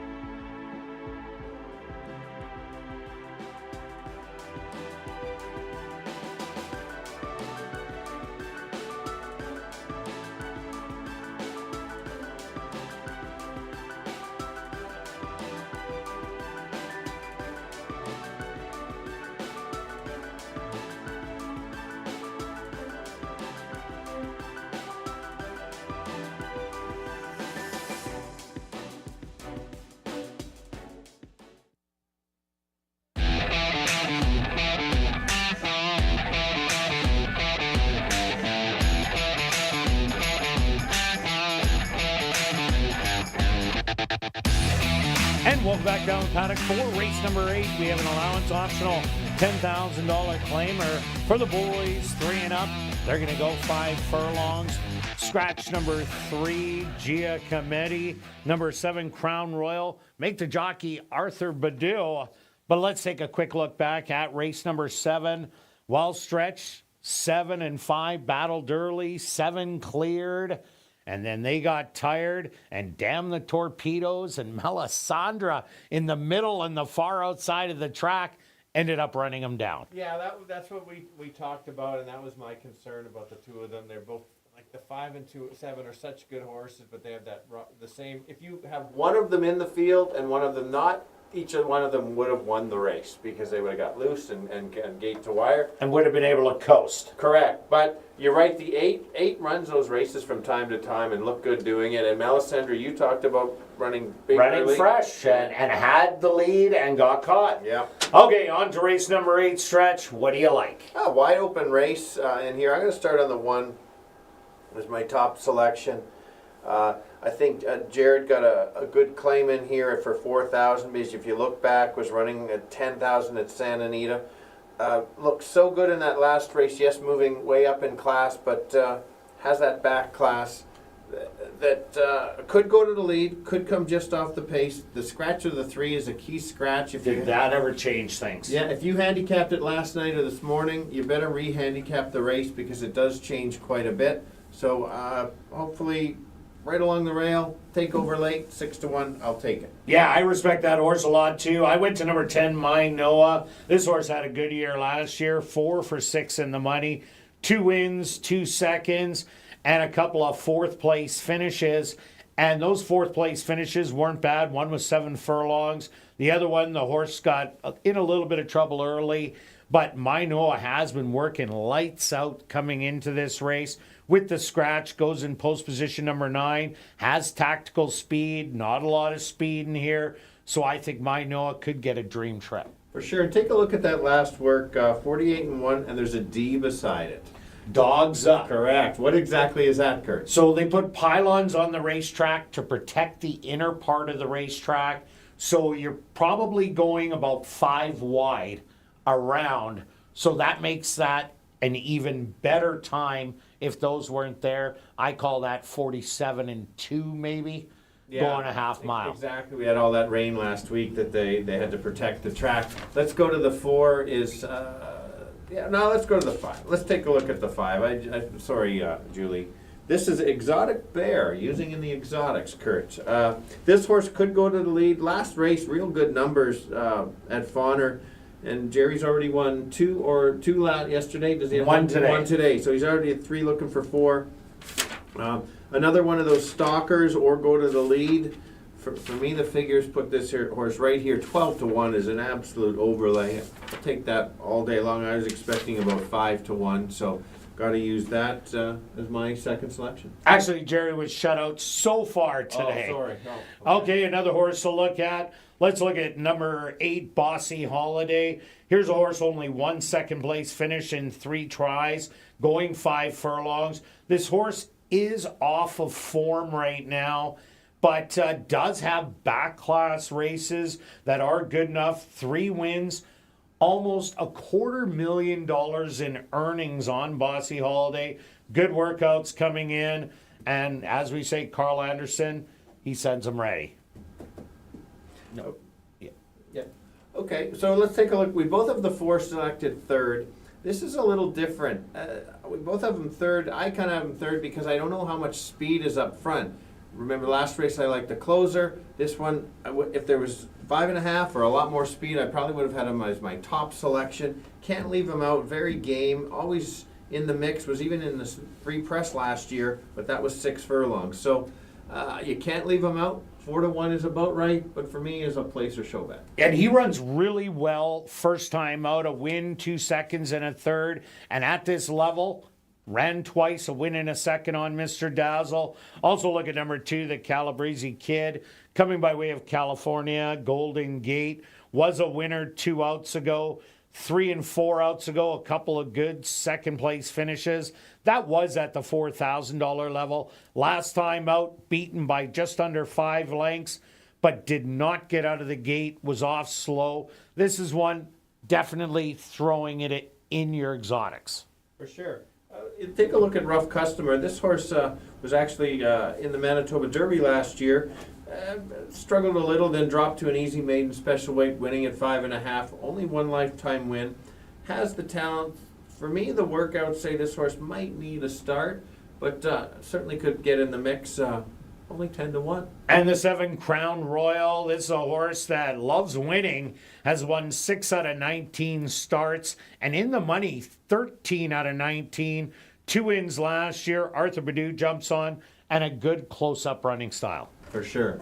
For sure. And the last one, let's take a look at the 9-1. That's about right. Coming from Tampa. Careful always from the Tampa. Might be a little bit short for him. Could be a tightener when they go a little 2 turns, but a couple works. I always like at least getting to the track. It's also Marvin Buffalo who has been winning some races. All right, let's go to our wagers here in race number 8. Classic High 5, still a carryover of 5,800. What do you like, Stretch? Well, there's 9 horses, so usually I fade away from the High 5, just so tough. So let's do a $1 tri-wheel, 1, 2, 4, 5 with 1, 2, 4, 5. With 1, 2, 4, 5, 9, 10. I made sure I put your 10 in there. There we go. And in the right spot, because I'm betting 30 to place on the 10. Good luck with all your wagers this evening here in race number 8. And we'll see you back Monday and Tuesday next week. Monday, ASD Live, 6:45 Central.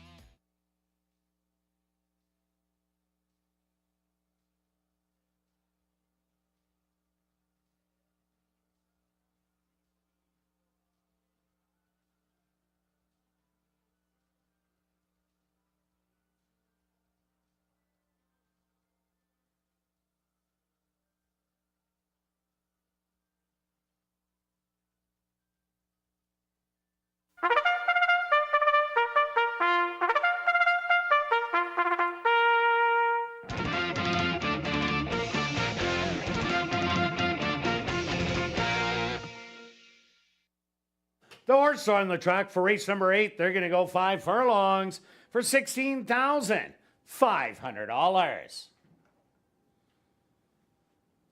Number 1 is High Press, owned by Jared Brown and John Gannis, trained by Jared Brown with Dane Dawkins. Number 2 is the Calabrese Kid, owned by Wind Dancer Stable, trained by Wendy Anderson with Demario Bino. Number 3, Giacometti was scratched. Number 4 is Mr. Dazzle, owned by Darcy Peterson, trained by Shelley Brown with Antonio Whitehall. Number 5 is Exotics Bear, owned by Henry Witt Jr., trained by Jerry Gorno with Sven Balru. Number 6 is Rough Customer, owned by Ray Blassetti, trained by Victoria Morse with Sachin Paris. Number 7 is Crowned Royal, owned by Arneson Farms, trained by Lise Pruitt with Arthur Badu. Number 8 is Bossy Holiday, owned by 2 Points Ranch, trained by Carl Anderson with Javanil Patterson. Number 9 is Westover, owned by Marvin and Deb Buffalo, Laverne Swanson, and Double D's stable, trained by Martin Buffalo with Ronaldo Cumberbatch. Rounding out the field is number 10, My Noah, owned by My Three Nieces stable and Kyle Hebert, trained by Mike Taphorn with Praven Badry. Classic High 5 wagering with a carryover of over $5,800.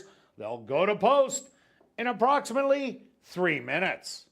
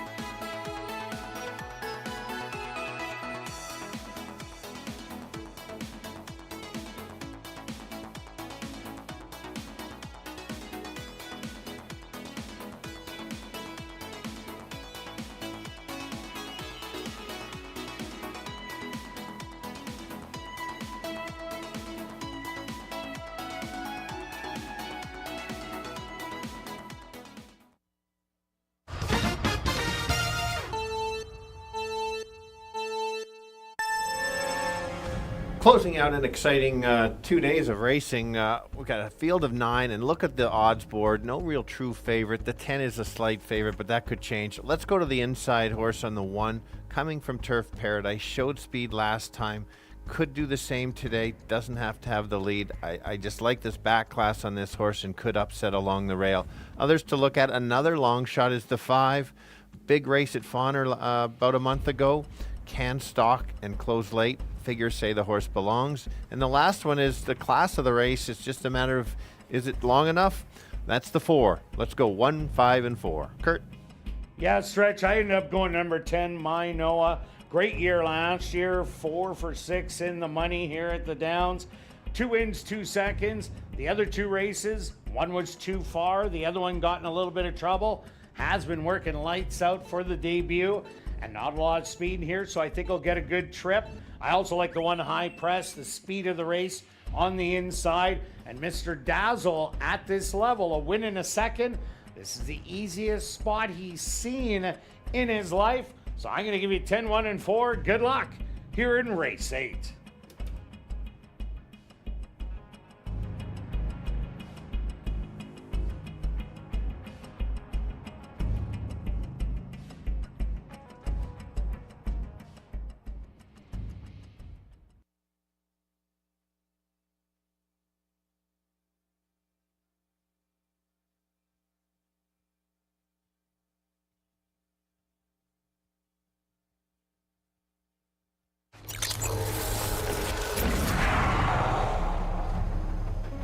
It's now 2 minutes to post time at ASD.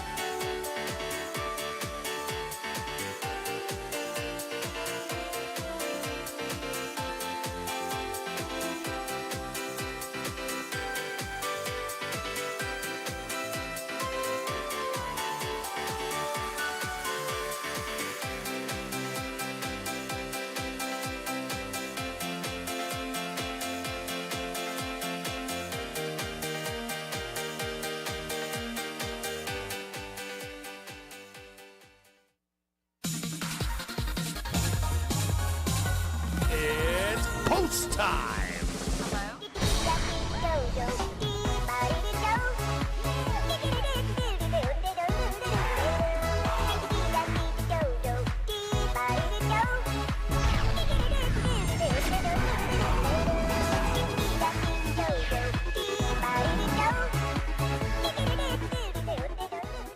High Press will lead the field in for the nightcap.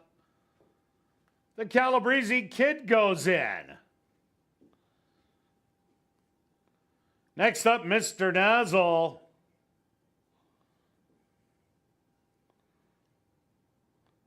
Exotics Bear is also in. Now it's Rough Customer's turn.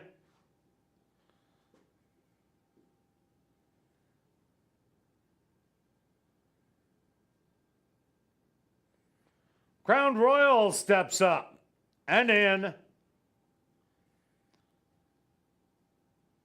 Bossy Holiday walks right in. Just 2 left to load. Westover.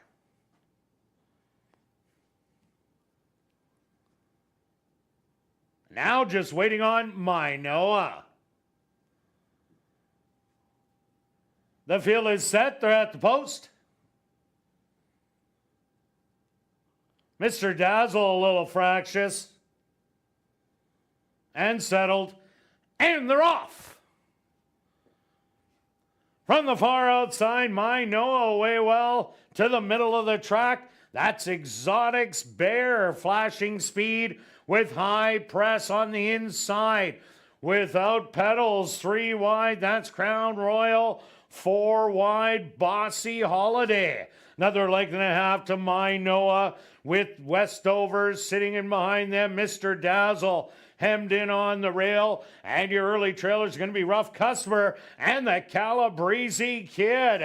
Now with the lead, Bossy Holiday. To the far outside, My Noah. High press still right there as they hit the head of the lane. Mr. Dazzle sneaking up the rail, but My Noah now kicks it in and is blowing on by. Exotic's Bears trying to rally on the far outside with Westover, but this is all My Noah who's gonna take it. Westover for second, third Mr. Dazzle, and fourth to Exotic's Bear.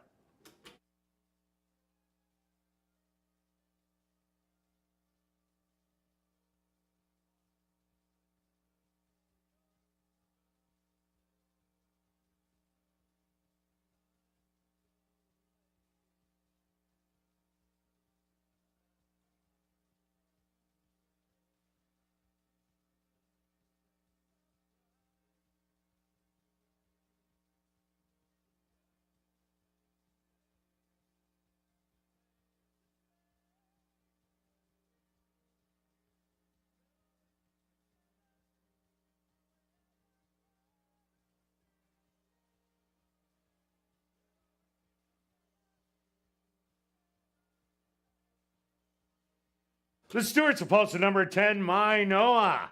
As your race winner, a photograph has been called to determine the place and show positions. They went the opening quarter in 24, the half 47 and 1. Time for the 5 furlongs, 59 and 3.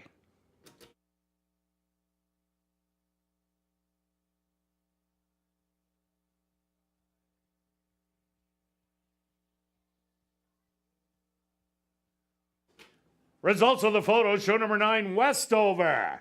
Finishing second. Third goes to number 4, Mr. Dazzle. Fourth to number 5, Exotic's Bear.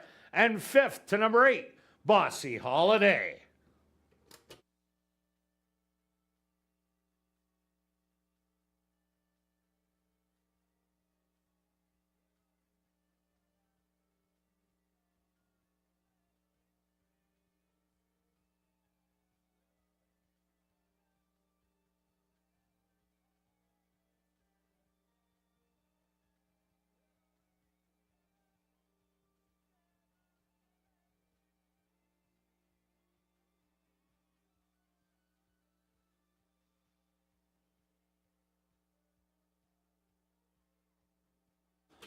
Now entering the winner's enclosure. The unofficial winner here in race number 8, that's number 10, My Noah. My Noah is a big gelding, 5 years old, by a treatise. Out of the mare, Miscap by Capote. Owned by My Three Nieces Stable and Kyle Hebert. Trained by Mike Taphorn. And ridden to victory by Praven Badry. Time for the 5 furlongs. 59 and 3.